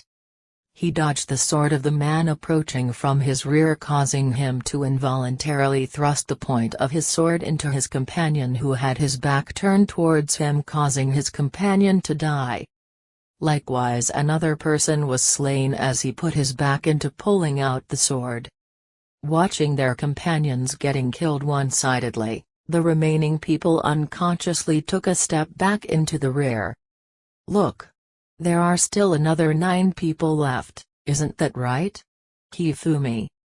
Breaking into a refreshing smile, he decapitated one more person. Catching the wrist of a man brandishing his sword, he twisted it and used the man's own blade to slice his neck. The person, who was made stumbling by kicking the dead body at him, had his brain stabbed through the eyeballs on the spot when he raised his face. "It's enough already, please stop. Mob Cherasuri. Not happening. Die. Hifumi. Full. Mob character. His pleading for his own life was denied with a single word. The pitiful man passed away, having his skull cut apart down to the nose. At the time that man collapsed with his eyeballs spilling out on both sides due to the impact of the slashing attack, someone came out of the church. "That's enough." A man of approximately 40 years, having a thoroughly tempered stature, appeared. Carrying a large, well-maintained sword on his shoulders, he advanced to the front of the church, which was scattered with dead bodies. Hifumi, feeling that presence, wrapped it up by cutting the femur of a person and throwing him down. At the moment the man raised his voice in order to restrain him, Hifumi aimed at the carelessness of that other man, ceasing his movement, and now that man was helpless. Hifumi waited for him to die from blood loss as he sank in his own pool of blood. What are you?" As Hifumi continued to kill even more without even listening to the restraint, the disturbing man drew his sword and went around in front of Hifumi, parrying Hifumi's downward swung katana. Ho! Hifumi. In the case of the other guy's tattered swords, those were cut apart, disregarding the slashing attacks. But, while the katana penetrated halfway into the thick sword blade of this sword, it was also stopped. In spite of being this thin, what a strength! Desperately enduring the unusual pressure, the man, gritting his teeth, was sent flying with a kick into his abdomen, making him tumbling on the ground. Hifumi's curiosity was slightly piqued by the man, who quickly stood up and fixed his sword stance. "You are different from the other trash. This bunch has a slightly capable fellow mixed in, huh? Hifumi. You aren't someone from the slum? What the hell is your business here?" "I came here to meet the manager. Then, since these belligerent guys came and surrounded me, I killed them." Hifumi. It's simple. Although he was laughing, Hifumi didn't relax his force to pin him down with the katana even a tiny bit. Even the surviving men had no other choice but to observe from the distance. That different-san, translator note, by Faranes. Mob character F. From their mutterings Hifumi learned the name of the man in front of him. Wait. If you have conditions, I will listen to them. I am sorry for our underlings causing you trouble. Bifrin. Upon Bifrin's words, Hifumi all of a sudden withdrew his katana. In contrast to Bifrin, who was breathing heavily, Hifumi didn't have a single pearl of sweat. In addition to his ability, even his mentality is that of a monster, Bifrin thought. The fallen corpses of his companions in the vicinity had no needless injuries, there were merely the attacks necessary to kill them visible. No hesitation could be seen. "Let me meet the manager of this place. Hifumi. I understand. Follow me." Bifrin. Bifrin had no choice to waver on whether to take the man in front of his eyes to Torquemada's place or not. He judged it to be better to take him there rather than having everyone here getting killed. Telling the surviving bunch to clean up the corpses, Different stepped into the church ruins leading Hifumi.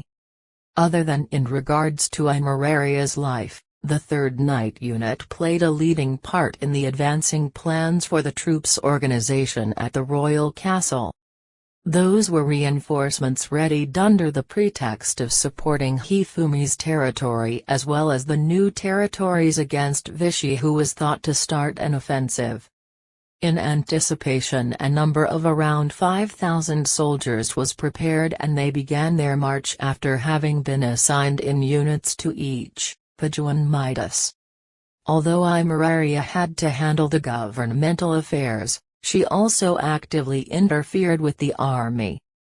As the troops were usually led by a soldier, the 2nd Night Unit didn't find this very amusing. Even if she was the princess, a woman meddling with the military and naval affairs, the top brass of the 2nd Night Unit wasn't able to stomach that. By all rights, we of the 2nd Night Unit should be expected to become the bellwethers of the battle. Captain.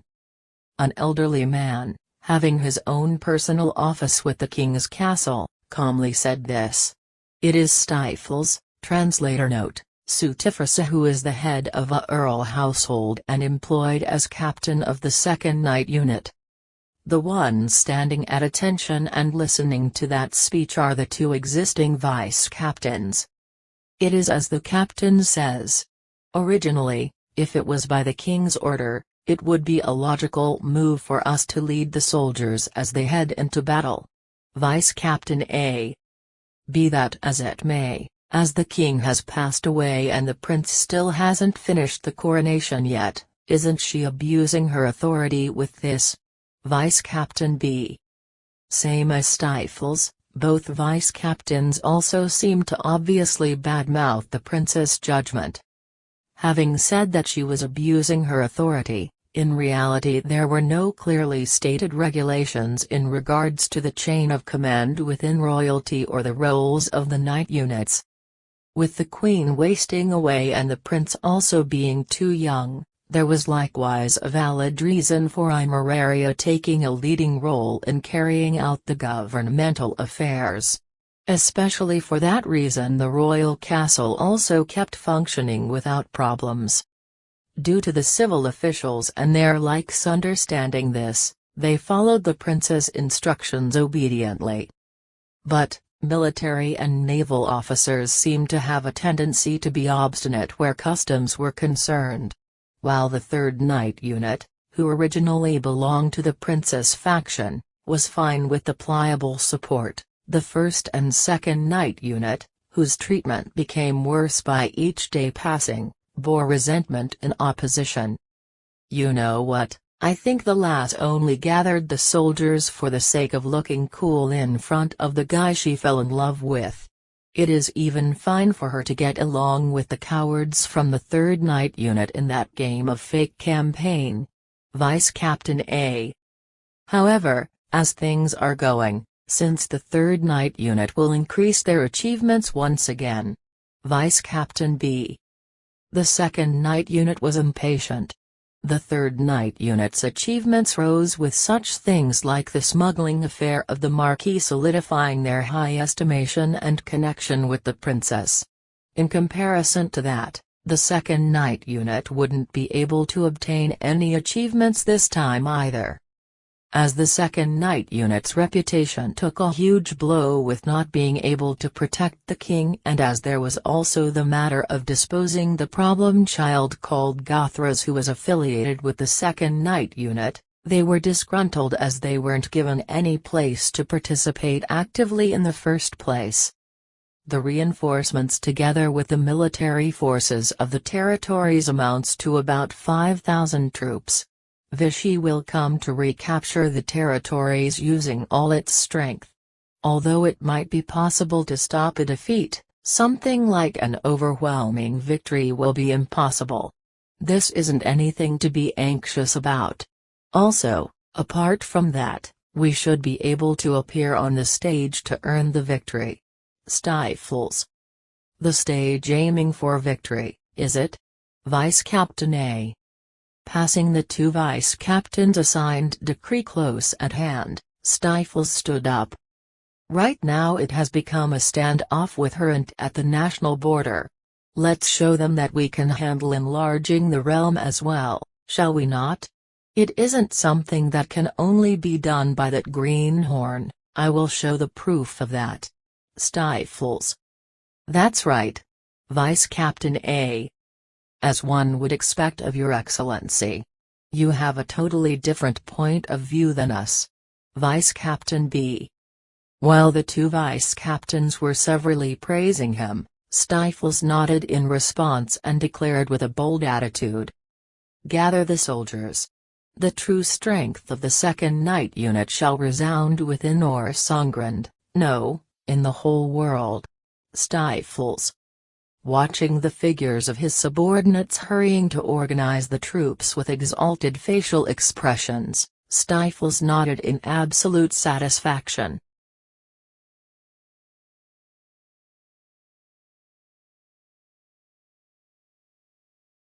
Chapter 37, Candy.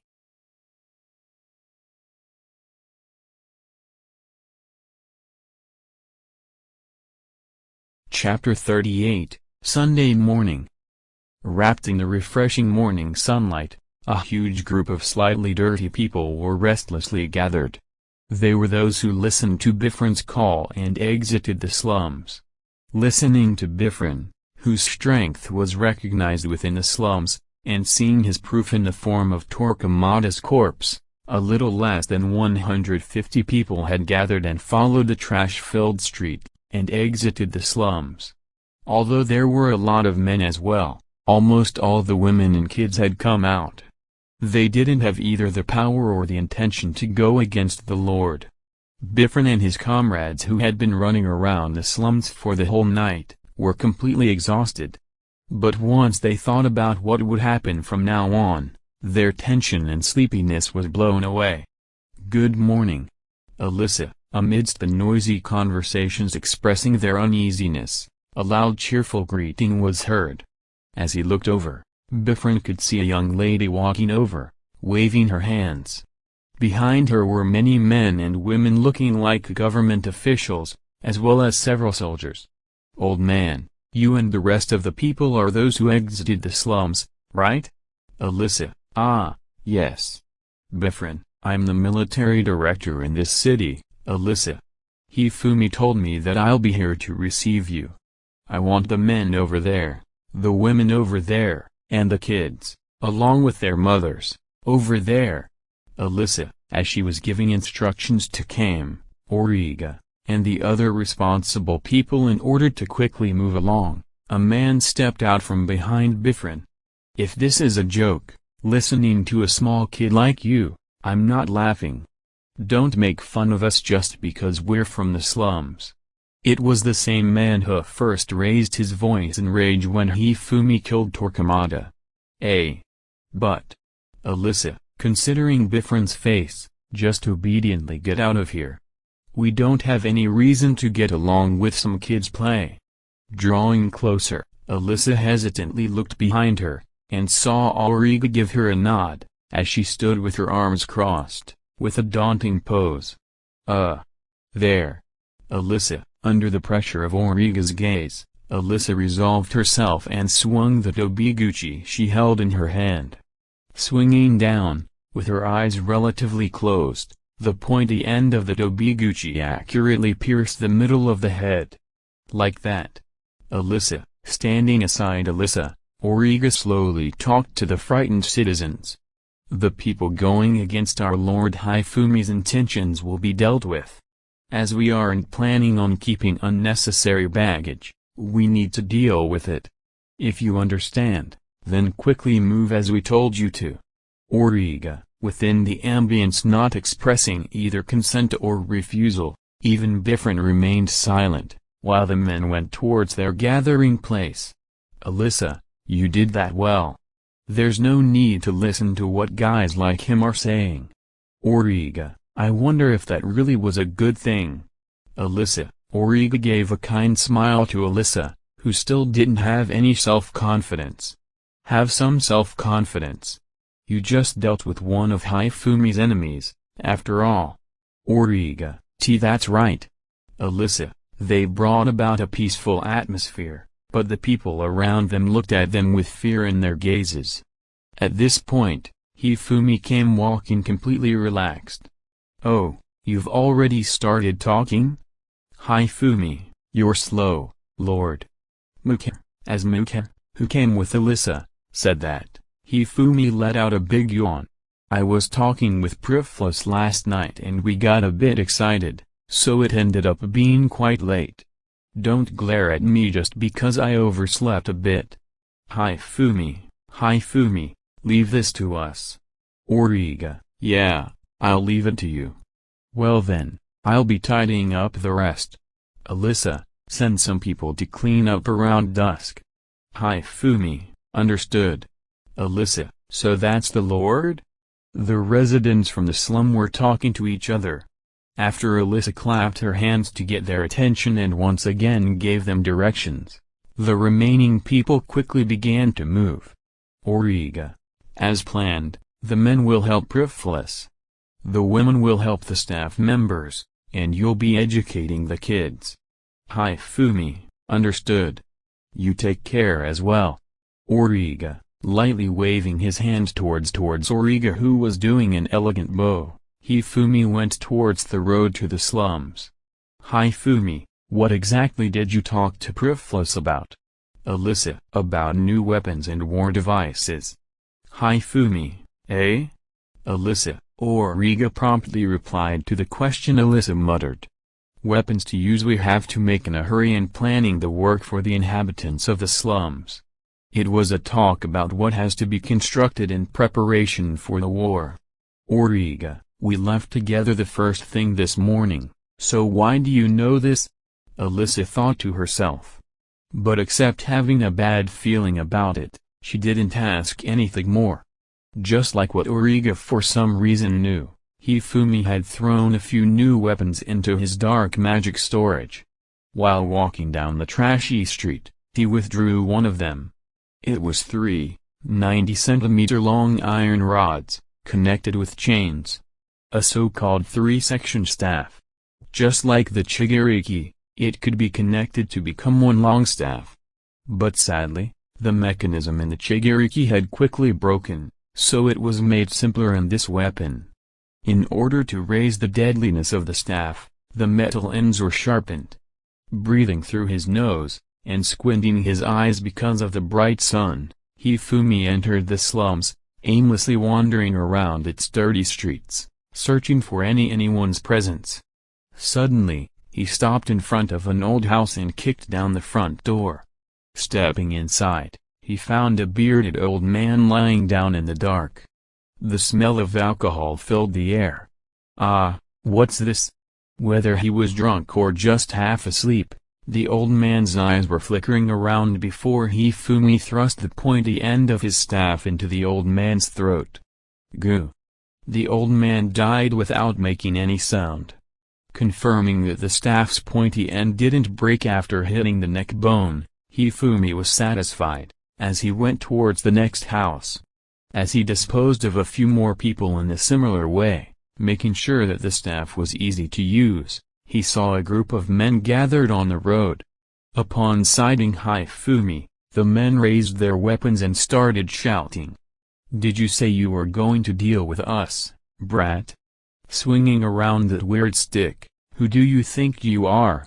They look just like some countryside delinquents, Hifumi thought, as he let out a chuckle. I'm the Lord. It's fine if you don't remember that, though. Hifumi, there were 8 of them. Hifumi rushed over to the guy who spoke first, in the middle. With a swing like he was playing golf, he drove the staff into the other guy's crotch. With a sound like something was crushed, the guy died in shock. The man next to him let out a scream as he witnessed the scene. Letting his hands go of the staff, Hifumi withdrew a jit from within his breast pocket. It wasn't the cross kind, but rather the kind the policemen during the Edo period used. It was an about 30 centimeters long rod of iron, with a pointy end. As they didn't have the right materials, there was no tassel, to Hifumi's disappointment. Thrusting the jit in his right hand with an overhand grip, he intimidated the nearest guy. What will you do with such a short? While he was saying that, Hifumi stabbed the jit into his kneecap, not given a chance to scream before his neck was snapped with a foot. Hifumi deflected a sword incoming from the side with his right hand, before hitting the attacker's chest like a hammer. A dull vibrating sound was heard as the man dropped the sword, and feebly fell down on the ground. Jumping towards one of the men who stepped back in fear, Hifumi thrust the jit into his left eye, then using the handle in the left hand to send him flying with a hit to the back of the head. 3 guys left, huh? Hifumi, wait a second. I was opposed to this kind of. Shut up. Hifumi, closing in on the frightened man barehanded, Hifumi snatched his arm and pulled him down on the ground with his face down, before strongly trampling down on the back of his head, crushing it. As the man stopped moving after having his head crushed on the hard ground, Hifumi let go of his hand and pulled out his favorite kusarigama. Why, you beast? Who's a beast? Hifumi, shifting his position, Hifumi knocked down the desperately attacking man with his leg, ignoring him as he fell. Another person hesitatingly poising with a sword attacked, clinging to Hifumi, pushing him down.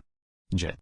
Hifumi, the moment he was pushed down, Hifumi used his body weight to drive the sickle into the man's heart, ending his life.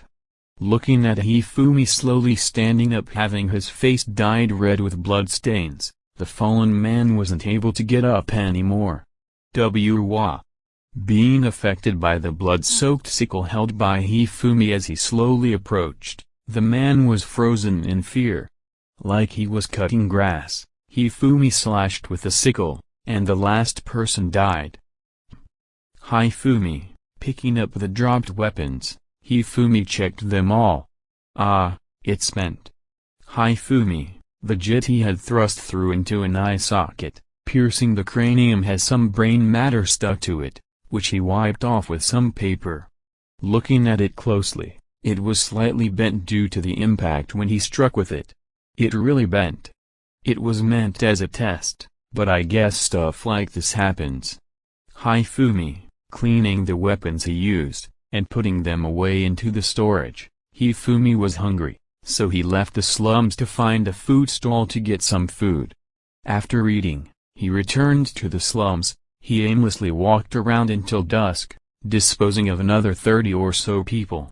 They were mostly rash young men who had confidence in their skills, but none of them managed to even wound Hifumi. In the time he continued the stroll of slaughtering while being bathed in blood, with the exception of the already broken jit, he also tested out the 3-section staff several times. Since the basics of thrusting and also the basics of the katana's hasu, for such things as cutting at the lower leg and shaving off, were entirely on his regular practice menu, it flowed gently and was easy to use. T/N, hasu is a kendo stance, as far as I understand it. Having almost finished moving through the whole area of the slum, Hifumi felt a strong thirst for blood, as he took a step to the side. With a sound of cutting through the air, an arrow lodged into the inside of a rundown house. Turning around, a man was preparing to shoot another arrow. He was 2 meters tall, holding a huge bow that he was drawing to the very limit. Feeling happy about being ambushed, Hifumi displayed a smile as he drew his katana. So you're the last one. With your huge frame, archery isn't the only thing you're good at, right? Hifumi, the man looked at the club hanging on his waist, but without responding to the provocation, he aimed a second arrow at Hifumi. With the katana in an underhand grip, Hifumi put the katana in front of him as he lowered his body. It was an old stance he was taught a long time ago by his master, which was used against arrows. It was the first time he used it in actual combat, however. It's a stance limiting the area he can hit, then defending with the katana, Hifumi trying it out. In reality, Hifumi was quite tense, so he deliberately relaxed his arm a bit. Moving the katana on reflex, a broken arrow fell down by his feet with a dull sound. What? As the man didn't think Hifumi would be able to knock down the arrow, he opened his eyes wide, not drawing another arrow. Hifumi used that moment to shorten the distance, and just as if making a paint stroke, he slashed at the man with the katana. The man threw down his bow and made an evasive roll. Doing that, the man grasped the 1-meter-long wooden club at his waist and alertly put himself into position. As far as Hifumi was concerned, this was a satisfying opponent. Nice, nice. You're different from those other idiots. Hifumi, you're a monster. Facing the loudly laughing Hifumi as he quickly changed the underhand grip on the katana to an overhand one, the man made a bitter face. I'm just a normal person who put forth a great amount of effort. Hifumi, if you asked 10 people who knew Hifumi, 15 would tell you otherwise. The man was silent as he swung down the club, but Hifumi steadily retreated, avoiding the blow. And with a continuous motion. While the man was brandishing the club above his head, Hifumi slipped in below his stomach, and tackled the man with the shoulder, making him fall. It made a dull sound, but the man still unsteadily stood up. You're quite sturdy, aren't you? Hifumi, you and your strange movements. Cracking his neck with a flushed face, the man once again readied his club. You were alright with the bow, but the way you're swinging the club is dull and boring. Don't you have anything else? Hifumi, you. As the man approached with vehement vigor without affirming nor disagreeing, Hifumi started to get tired of him. Hifumi then remembered something else Priflus had prepared, and withdrew it from his storage, sprinkling it on the ground. Huh? Stepping on the caltrops Hifumi had strewn out on the ground, with all of his might, the man couldn't bear it and dropped the club, falling down on the ground. As expected, you couldn't bear this. Hifumi, avoiding the caltrops covering the ground, Hifumi gently thrust the katana into the heart of the man, as he had fainted in agony. It was the first time I've used it, but it could be nice to use once in a while. It reduces the tension, though. Hifumi, he gathered the scattered caltrops. Gathering them is a pain. Hifumi, after collecting all of the caltrops and returning them to his dark magic storage, he realized he could have just opened a hole on the ground and directly collected them into his storage, and felt a bit sad about it, as he returned to the Lord's mansion. Thus, the slums that had been a garbage heap in folklore since forever, had been emptied of inhabitants in just one day. Because Origa and the 5 slave civil officials put the gathered manpower from the slum to their best use, folklore quickly underwent a change. Thanks to the manpower from the slums, the rails reaching Arosal had been finished, so they started testing it by sending goods and people. The city's outer wall was also reinforced, and the entrances facing both royal capital, and the one facing Arosal were improved. The women from the slums initially received a cold shoulder from the city's residents, but as they worked hard with cleaning up the city and collecting household garbage, the inhabitants generally came to accept them. Just being the feudal lord, Hifumi left all the decision-making to the civil officials, only making a rough draft for this project and occasionally confirming the progress.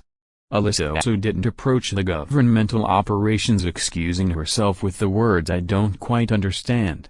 The number provided to help out from the territorial army decreased as well as they were worked to death at combat training according to Hifumi's and Muker's instructions. Naturally, as the style of receiving the instructions from Hifumi and assigning the work following those became established for Origa, some amongst the residents misunderstood Origa to be Hifumi's wife. But there were also some thinking the feudal lord is a woman. With Hifumi himself doing only the minimum of necessary document signing, His daily life basically started with finishing the morning practice, and no sooner than after taking a hot bath he went missing without anyone noticing. Today being the same, Hifumi vanished from his office going on a trip under the pretext of test running the arrival of the rail car at Erosal and eliminating the monsters along the highway on the occasion. Today he is absent as well?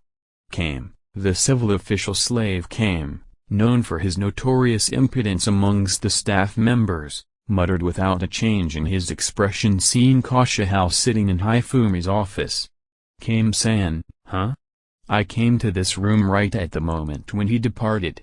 Kasha, can you do me favor of detaining him a bit? It would be a great help. Kame, don't ask the impossible. Kasha, with a face where you didn't know whether he was laughing or crying, Kame left the office silently after looking at Kasha for a short while. As if replacing him, Origa entered. Origa noticing there was no one but Kasha inside the room, she tried to leave the room right away, but Kasha stopped her by calling out to her. Origa, if it's Hifumi-san you want to speak with, I can hear you out. Kasha, stopping her feet, Origa fixed her eyes on Kasha. Indifference to Kame, her face showed that she suppressed something she wanted to say. After Hifumi-sama has returned, I will tell him directly. Origa, who was about to exit the room, once again stopped. Kasha, since you're a guard, even if only in name, how about doing a little bit of training? Because we can expect a large-scale battle with Vichy very soon going by the reports from the scouts. Come and participate in the training to see how Elissa has arranged the territorial army to move. Origa, after spitting out in one go what she wanted to say, Origa left without delay. Battle, huh?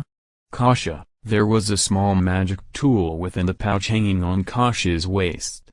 Although it was something simple, broken into two pieces and being separated from the other half, it was a quite expensive tool used for the purpose of communication in emergency. According to the request she had received from Paju, this half could be used to make Paju aware of the situation in case Hifumi had been seriously injured or was in a critical state. For the time being it was something with the purpose of come running in case Hifumi was in danger with the ostensible reason of being able to search for him, but in reality it was obvious that the princess and Paju intended to assassinate Hifumi in the confusion of the battle. But, will it be only Hifumi that will die in the situation after using this? Kasha stared at the door through which Origa left for a long time.